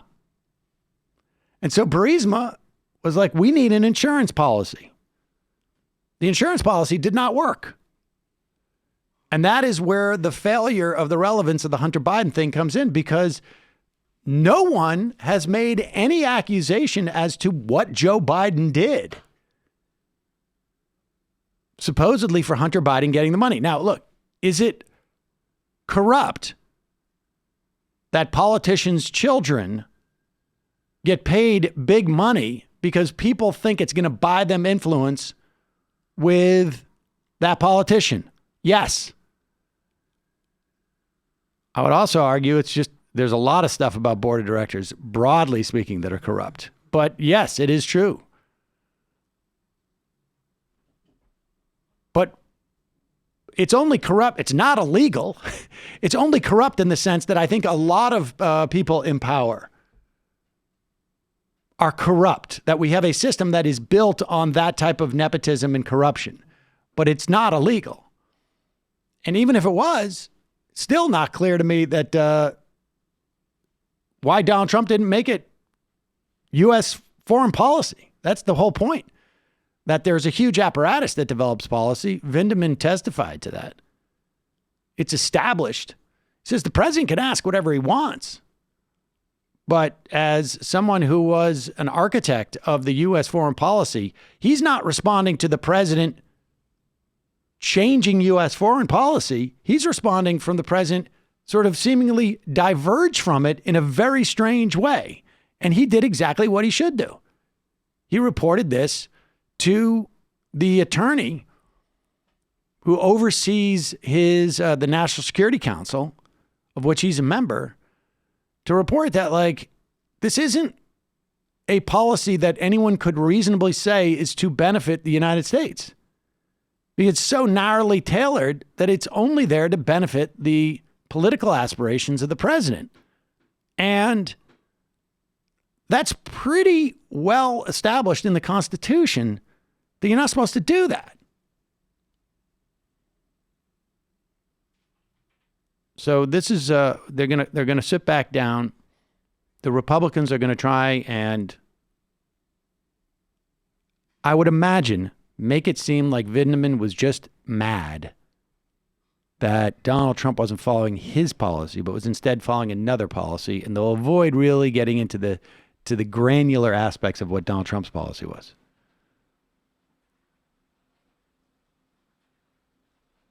And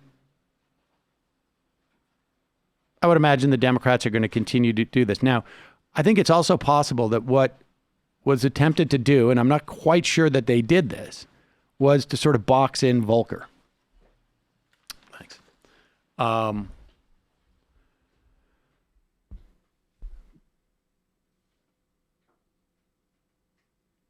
I wonder what we should do here. At one point, we're going to have to take a break and do some ads. So maybe we should just start up on a, well, maybe we should, I guess we'll wait until, we'll restart the stream at noon. That'll take us about 30 seconds, right? And then about 15 minutes in, we'll read a couple ads. I'm not sure how many we have today. Got to pay the bills, folks. And then we're just going to keep going. What time is the second set of hearings supposed to start? Do we know? 2:30. So what we'll do is we'll probably do an abbreviated show at, noon to, I don't know, it'll probably go till 1:30. They'll have to take lunch. Then we'll start up at 2:30, and at the very least, we'll get through hour and a half, 3, 4. We'll get through the questioning by the attorneys, and that's the plan for today.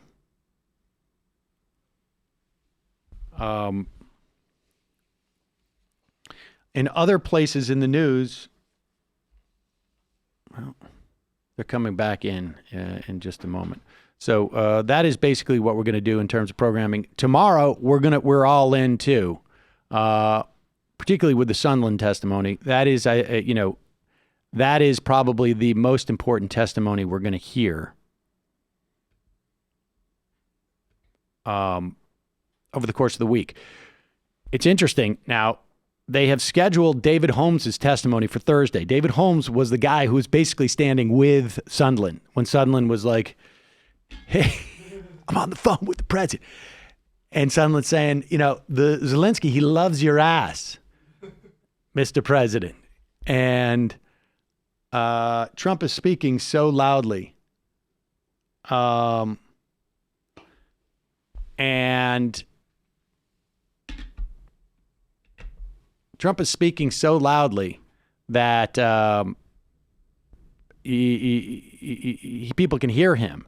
And after the phone call, Sondland says, yeah, he doesn't care anything. I think he says he doesn't give a shit about Ukraine. All he cares about is the investigations.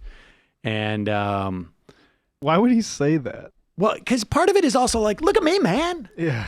I'm talking to the president. Like, if you look back and every time Sondland's been like interviewed or whatnot, it's all about bragging about his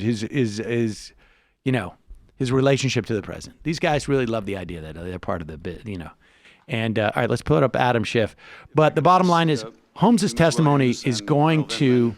You were asked a series of questions by the ranking member at the outset. Were you aware of the fact that, and then there was a recitation of information about Burisma, Zlochevsky, the Bidens.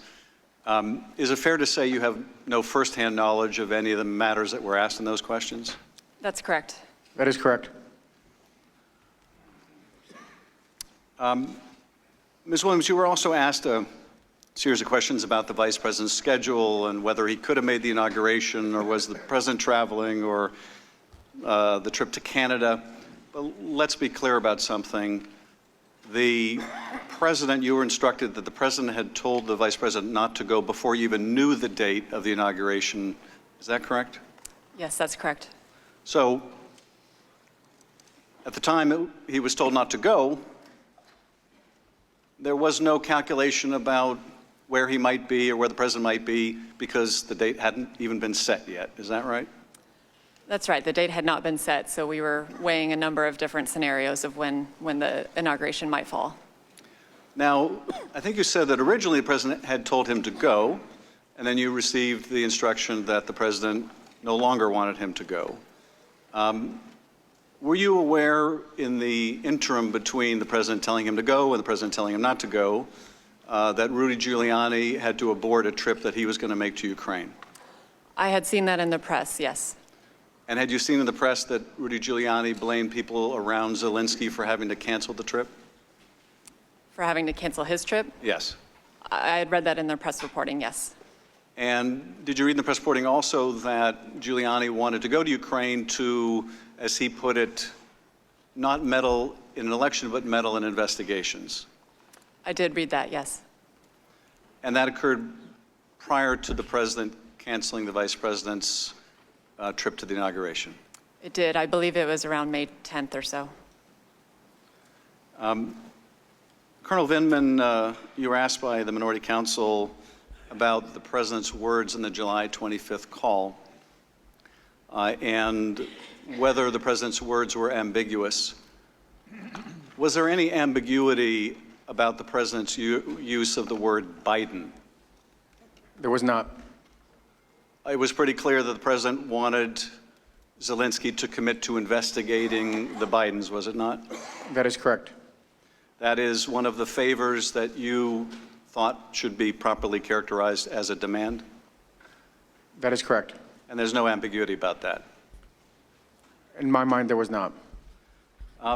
It's also true, is it not, that These two investigations that the president asked Zelensky for into 2016 and into the Bidens were precisely the two investigations that Rudy Giuliani was calling for publicly, were they not?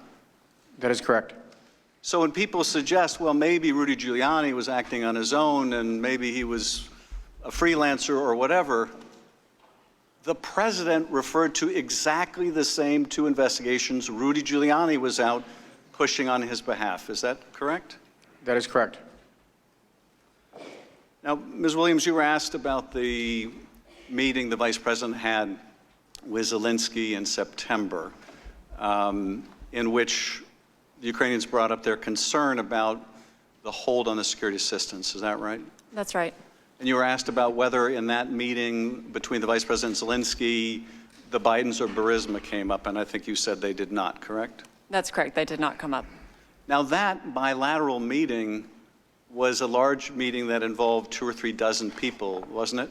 It was. So in the context of this meeting with 2 or 3 dozen people, the vice president didn't bring up those investigations, correct? No, he did not bring up those investigations. He's never brought up those investigations. But were you aware that immediately, and I mean immediately after that meeting broke up, Ambassador Sondland has said that he went over to Mr. Yermak, one of the top advisors to Zelensky, and told Yermak that if they wanted the military aid, they were going to have to do these investigations, or words to that effect. I was not aware at the time of any meetings, side meetings that Ambassador Sondland had following the vice president's meeting with President Zelensky. I've only learned that through Ambassador Sondland's testimony. So at the big public meeting, it didn't come up, and you can't speak to the private meeting that was held immediately thereafter. Correct. The vice president moved on with his schedule immediately after his meeting with President Zelensky. Now, Colonel Vindman, I want to go back to that July 10th That's a pretty important meeting exchange. or meetings, the one with Ambassador Bolton and then the one in the wardroom that followed quickly on its heels. Were you aware that Ambassador Bolton instructed your superior, Dr. Hill, to go talk to the lawyers after that meeting? I learned shortly after she was finished talking to Ambassador Bolton, and after we wrapped up with the wardroom, that she did have a meeting with him, and that's what was expressed. Now, you thought you should go talk to the lawyers on your own, correct? That is my recollection, yes. But Bolton also thought that Dr. Hill should go talk to the lawyers because of his concern over this drug deal that Sondland and Mulvaney were cooking up. Is that right? That is my understanding. And in fact, this drug deal, as Bolton called it, involved this conditioning of the White House meeting on these investigations that Sondland brought up. Is that right? That is my understanding. And in fact, this same conditioning or the same issue of wanting these political investigations and tying it to the White House meeting, this came up in the July 25th call, did it not, when the president asked for these investigations? That is correct. So the very same issue that Bolton said to Hill, go talk to the lawyers, the very same issue that prompted you to go talk to the lawyers, ends up coming up in that call with the president. Is that right? That is correct. And it was that conversation that once again led you back to the lawyer's office. That is correct. Now yield to the ranking member. So that shows Chairman, you took multiple 7 minutes, sources so of I assume concern you're gonna give about us what equal was time. developing Yes, Mr. Newman. prior to the call, and then the call Lieutenant reinforcing it, Colonel Vindman, and before I in all turn to instances, Mr. people Jordan, reporting their concerns. I asked Ms. Before Williams and about afterwards. this, about if she had ever accessed without authorization fellow employees' computer system. She answered no to the question. Have you ever accessed anyone's computer system at the NSC without authorization? Without their knowledge, no. Knowledge or authorization?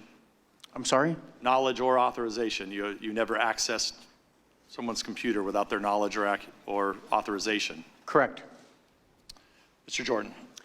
I thank the ranking member. Colonel, I want to thank you for your service and sacrifice to our great country. This afternoon, your former boss, Mr. Morrison, is going to be sitting right where you're sitting, and he's going to testify. And I want to give you a chance. I think we're bringing you a copy. I want to give you a chance to respond to some of the things Mr. Morrison said in his deposition, page 82 of the transcript from Mr. Morrison. Mr. Morrison said this: I had concerns about Lieutenant Colonel Vindman's judgment. Among the discussions I had with Dr. Hill in the transition was our team, its strength, its weaknesses, and Fiona and others had raised concerns about Alex's judgment.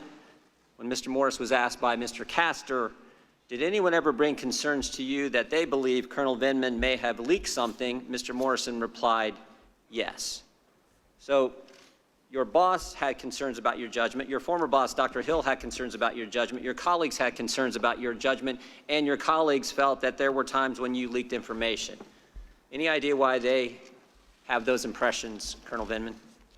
Yes, Representative Jordan. I guess I'll start by reading Dr. Hill's own words, as she attested to in my last evaluation that was dated middle of July, right before she left.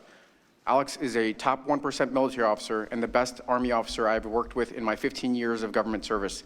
He is brilliant, unflappable, and exercises excellent judgment. So it was was exemplary during numerous visits, so forth and so on, but I think you get the idea. Mr. Morrison, yeah, the date of that was,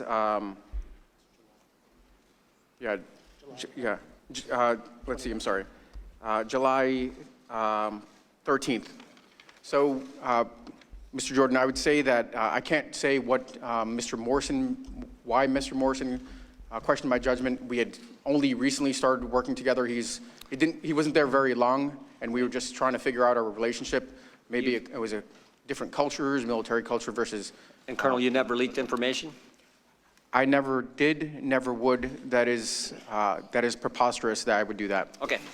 Colonel, it's interesting. We deposed a lot of people in the bunker in the basement of the Capitol over the last several weeks. What? I thought he wasn't there. Only 3 of the individuals we deposed were actually on the now somewhat famous July 25th phone call between President Trump and President Zelensky. There was you, the individual sitting beside you, Ms. Williams, and then there, of course, was your boss, Mr. Morrison, who I just read from his deposition. When we asked Ms. Williams who she spoke to after the call about the call, she was willing to answer our questions, and chairmanship allowed her to answer our questions. When we asked Mr. Morrison who he spoke to after the call about the call, he was willing to answer our question, and Mr.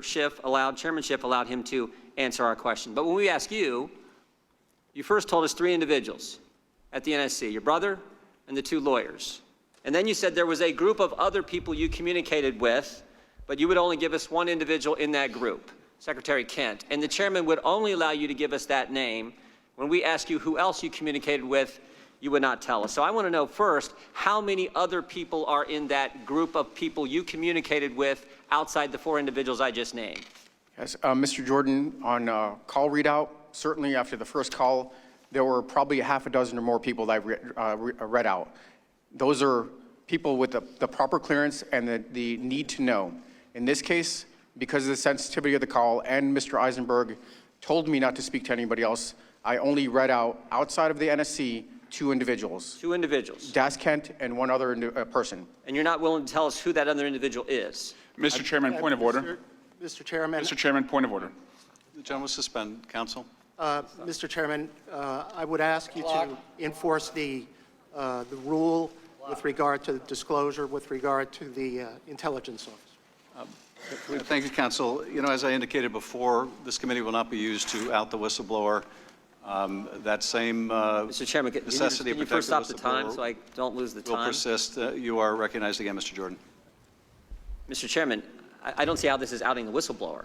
The witness has testified in his deposition that he doesn't know who the whistleblower is.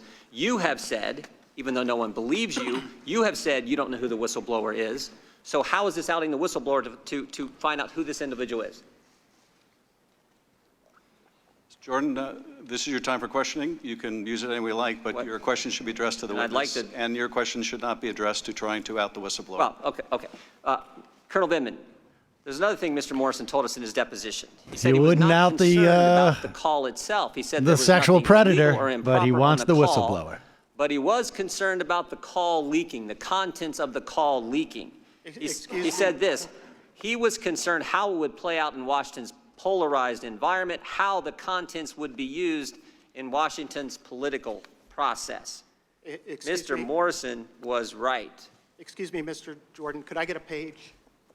Page 44. Thank Mr. you. Morrison was right. The call leaks. The whistleblower goes to Chairman Schiff, staff. Then he runs off to the lawyer, the same lawyer who said in January of 2017 the coup has started against President Trump. The one thing the Democrats didn't count on. One thing they didn't count on was the president releasing the call transcript and letting us all see what he said. They didn't count on that. The perfect The transcript. transcript shows no linkage. Perfect call. The two individuals on the call have both said no pressure, no pushing, no linkage, but No security quid systems pro matters quo. to an Even they said it. investigation. Ms. Williams, after the call on the 25th, we know that Colonel Vindman talked to several people. After the call on the 25th, how many people did you talk to about the call? I did not speak to anybody about the call. Didn't speak to anybody. No. I yield back. Mr. Himes. Thank you, Mr. Chairman. Mr. Chairman, I ask unanimous consent to enter the Lieutenant Colonel's performance review into the record. May I inquire of Colonel Vindman whether you would like us to do that? If you would, we're happy to. If you would prefer it not be in the record, I leave that to you. Yeah, I guess with redactions, it has PII in it, and that should be protected. And maybe the only elements that are relevant are the actual narrative. Chairman. Did you read the relevant portions, or? I mean, that was the short version. There were some other paragraphs in there, but. Mr. Chairman, I'll withdraw my request. Okay, thank you. Thank you both for your testimony. Ms. Williams, you joined the Foreign Service in 2006, correct? Correct. Prior to becoming a nonpartisan career official, you worked as a field representative for the Bush-Cheney campaign in 2004, and then you held a political appointment in the Department of Homeland Security under Secretary Chertoff. Is that correct? That's correct, sir. And now as a Foreign Service officer, you have served 3 presidents, 2 Republicans and 1 Democrat in a variety of roles, correct? Yes, sir. And in your current position, you're detailed from state to advise the Vice President on foreign policy towards Europe and Russia, correct? That's right. Ms. Williams, on Sunday, the President personally targeted you in a tweet. This is after he targeted Ambassador Yovanovitch during her hearing testimony. I'd like to show and read you the tweet. It reads, "Tell Jennifer Williams, whoever that is, to read both transcripts of the presidential calls and see the just-released statement from Ukraine. Then she should meet with the other never-Trumpers, who I don't know and mostly never even heard of, and work out a better presidential attack." Ms. Williams, are you engaged in a presidential attack? No, sir. Ms. Williams, are you a never-Trumper? I'm not sure I know an official definition of a never-Trumper. Would you describe yourself that way? I would not, no. Did that tweet make an impression on you when you read it? It certainly surprised me. I was not expecting to be called out by name. Which surprised me too, and it looks an awful lot like witness intimidation and tampering, and in effect, and in a Free effort to speech. try to I can get do whatever you I to, want. I'm just just threaten informing her. people. I Testimony can today. say, as long as I say it, it's okay. Lieutenant Colonel, you previously testified that you've dedicated your entire professional life to the United States of America. Colonel, above your left breast, you are wearing a device which is a Springfield musket on a blue field. What is that device? It's a combat infantryman's badge. How do you get the combat infantryman's badge? You have to be serving in a brigade and below a tactical unit. That means a fighting unit, frontline unit, in combat. Under fire? Correct. You're also wearing a Purple Heart. Can you tell us in 20 or 30 seconds why you're wearing a Purple Heart? In 2014, in the ramp up to probably the largest urban operation in decades, outside of Fallujah, we were conducting a reconnaissance patrol in conjunction with the Marines, and my vehicle was struck by an improvised explosive device that penetrated the armor. Were you injured? I was. The day after you appeared for your deposition, Lieutenant Colonel, President Trump called you a never-Trumper. Colonel Vindman, would you call yourself a never-Trumper? Representative, I'd call myself never partisan. Thank you. Colonel Vindman, in your So military clever. career, you've served under 4 presidents, He 2 couldn't say Democrats, it. and 2 He couldn't say Republicans. he Have you was ever not a wavered never-Trumper. from the oath you took to Proof support and positive. defend the Constitution? Never. Do you have any political motivations for your appearance here today? None. Colonel Vindman, multiple right-wing conspiracy theorists, including Rudy Giuliani, have accused you of harboring loyalty towards Ukraine. They make these accusations based only on the fact that your family, like many American families, immigrated to the United States. They've accused you of espionage and dual loyalties. We've seen that in this room this morning. The 3 minutes that were spent asking you about the offer made to make you the Minister of Defense, that may have come cloaked in a Brooks Brothers suit and in parliamentary language, but that was designed exclusively to give the right-wing media an opening to question your loyalties. And I want people to understand what that was all about. It's the kind of attack, it's the kind of thing you say when you're defending the indefensible. It's what you say when it's not enough to attack the media, the way the ranking member gave over his opening statement, or to attack the Democrats. But it's what you stoop to when the indefensibility of your case requires that you attack a man who is wearing a Springfield rifle on a field of blue above a Purple Heart. I, sir, thank you for your service and yield back the balance of my time. Mr. Conaway. Madam Chairman, I yield my 5 minutes to Mr. Ratcliffe. I thank the gentleman for yielding. In a press conference last Thursday, Speaker of the House, Nancy Pelosi, said that President Trump committed the impeachable offense of bribery, evidenced in his July 25th call transcript with President Zelensky.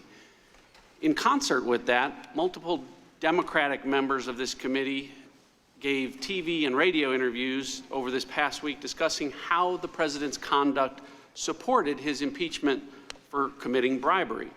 All of which struck me as very odd, because for the longest time this was all about quid pro quo, according to the whistleblower complaint. But after witness began saying there was no quid pro quo, or even that quid pro quo was not even possible, we saw a shift from the Democrats. They briefly started to refer to the president's conduct on the July 25th call as extortion. And now it's shifted again last week to bribery. Ms. Williams, we're going to do America a service. Can we put the definition of quid pro quo just up on the screen, perhaps? Just over the, Lieutenant Colonel then we'll Vindman do used the word bribery and inappropriate extortion, improper. and we'll see that these are more or less the same things, slight difference with extortion. And the word bribery or bribe. They used to call it anywhere global in warming, now they call it Ms. climate Williams, change. You've never used the word bribery or bribe to explain President Trump's conduct, correct? No, sir. Colonel Vindman, you haven't either. That is correct. The problem is, in an impeachment inquiry that the Speaker of the House says is all about bribery, where bribery is the impeachable offense, no witness has used the word bribery to describe President Trump's conduct. None of them. These aren't all of the deposition transcripts. These are just the 10 that have been released. 6 weeks of witness interviews in No this transcript impeachment should be inquiry, longer than 10 hundreds pages. of hours of testimony, thousands of questions asked, thousands of answers given. The number of times that witnesses have been asked any question about whether or not President Trump's conduct constituted bribery before Ambassador Yovanovitch was asked by my colleague, Congressman Stewart, last Thursday, is 0.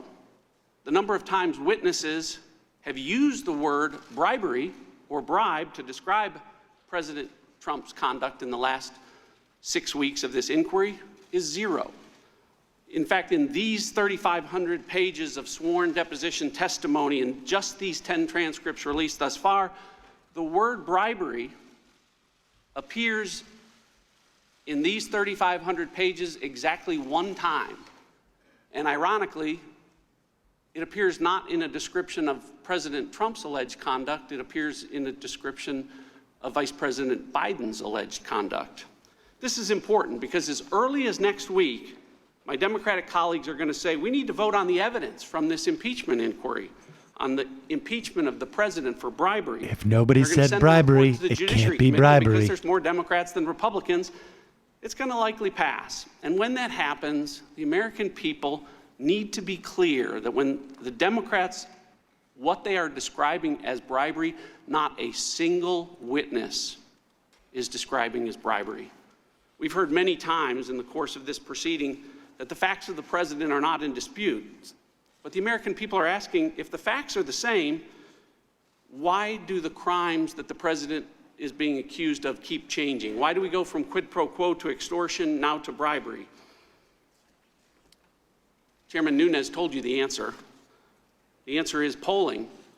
Washington Times asked Americans what would be the most damning accusation, and it didn't come back quid pro quo, it didn't come back extortion, it came back bribery. So this case is all about bribery. Look, it's bad enough that the Democrats have forbidden White House lawyers from participating in this proceeding. It's hard enough to defend yourself without your lawyers present. But what's even worse is trying to defend yourself against an accusation that keeps changing in the middle of the proceeding. If Democrats accuse the president of a high crime or impeachable offense, he at least ought to know which one it is. And when Speaker Pelosi says this is all about bribery, she's promised us evidence of bribery that would be compelling and overwhelming, and instead, it's invisible. I yield back. Good stuff, Ratcliffe. Can't follow. Quid pro quo, Mr. Chairman, quid pro I'd like bribery. to join everyone in thanking both of our witnesses for your service.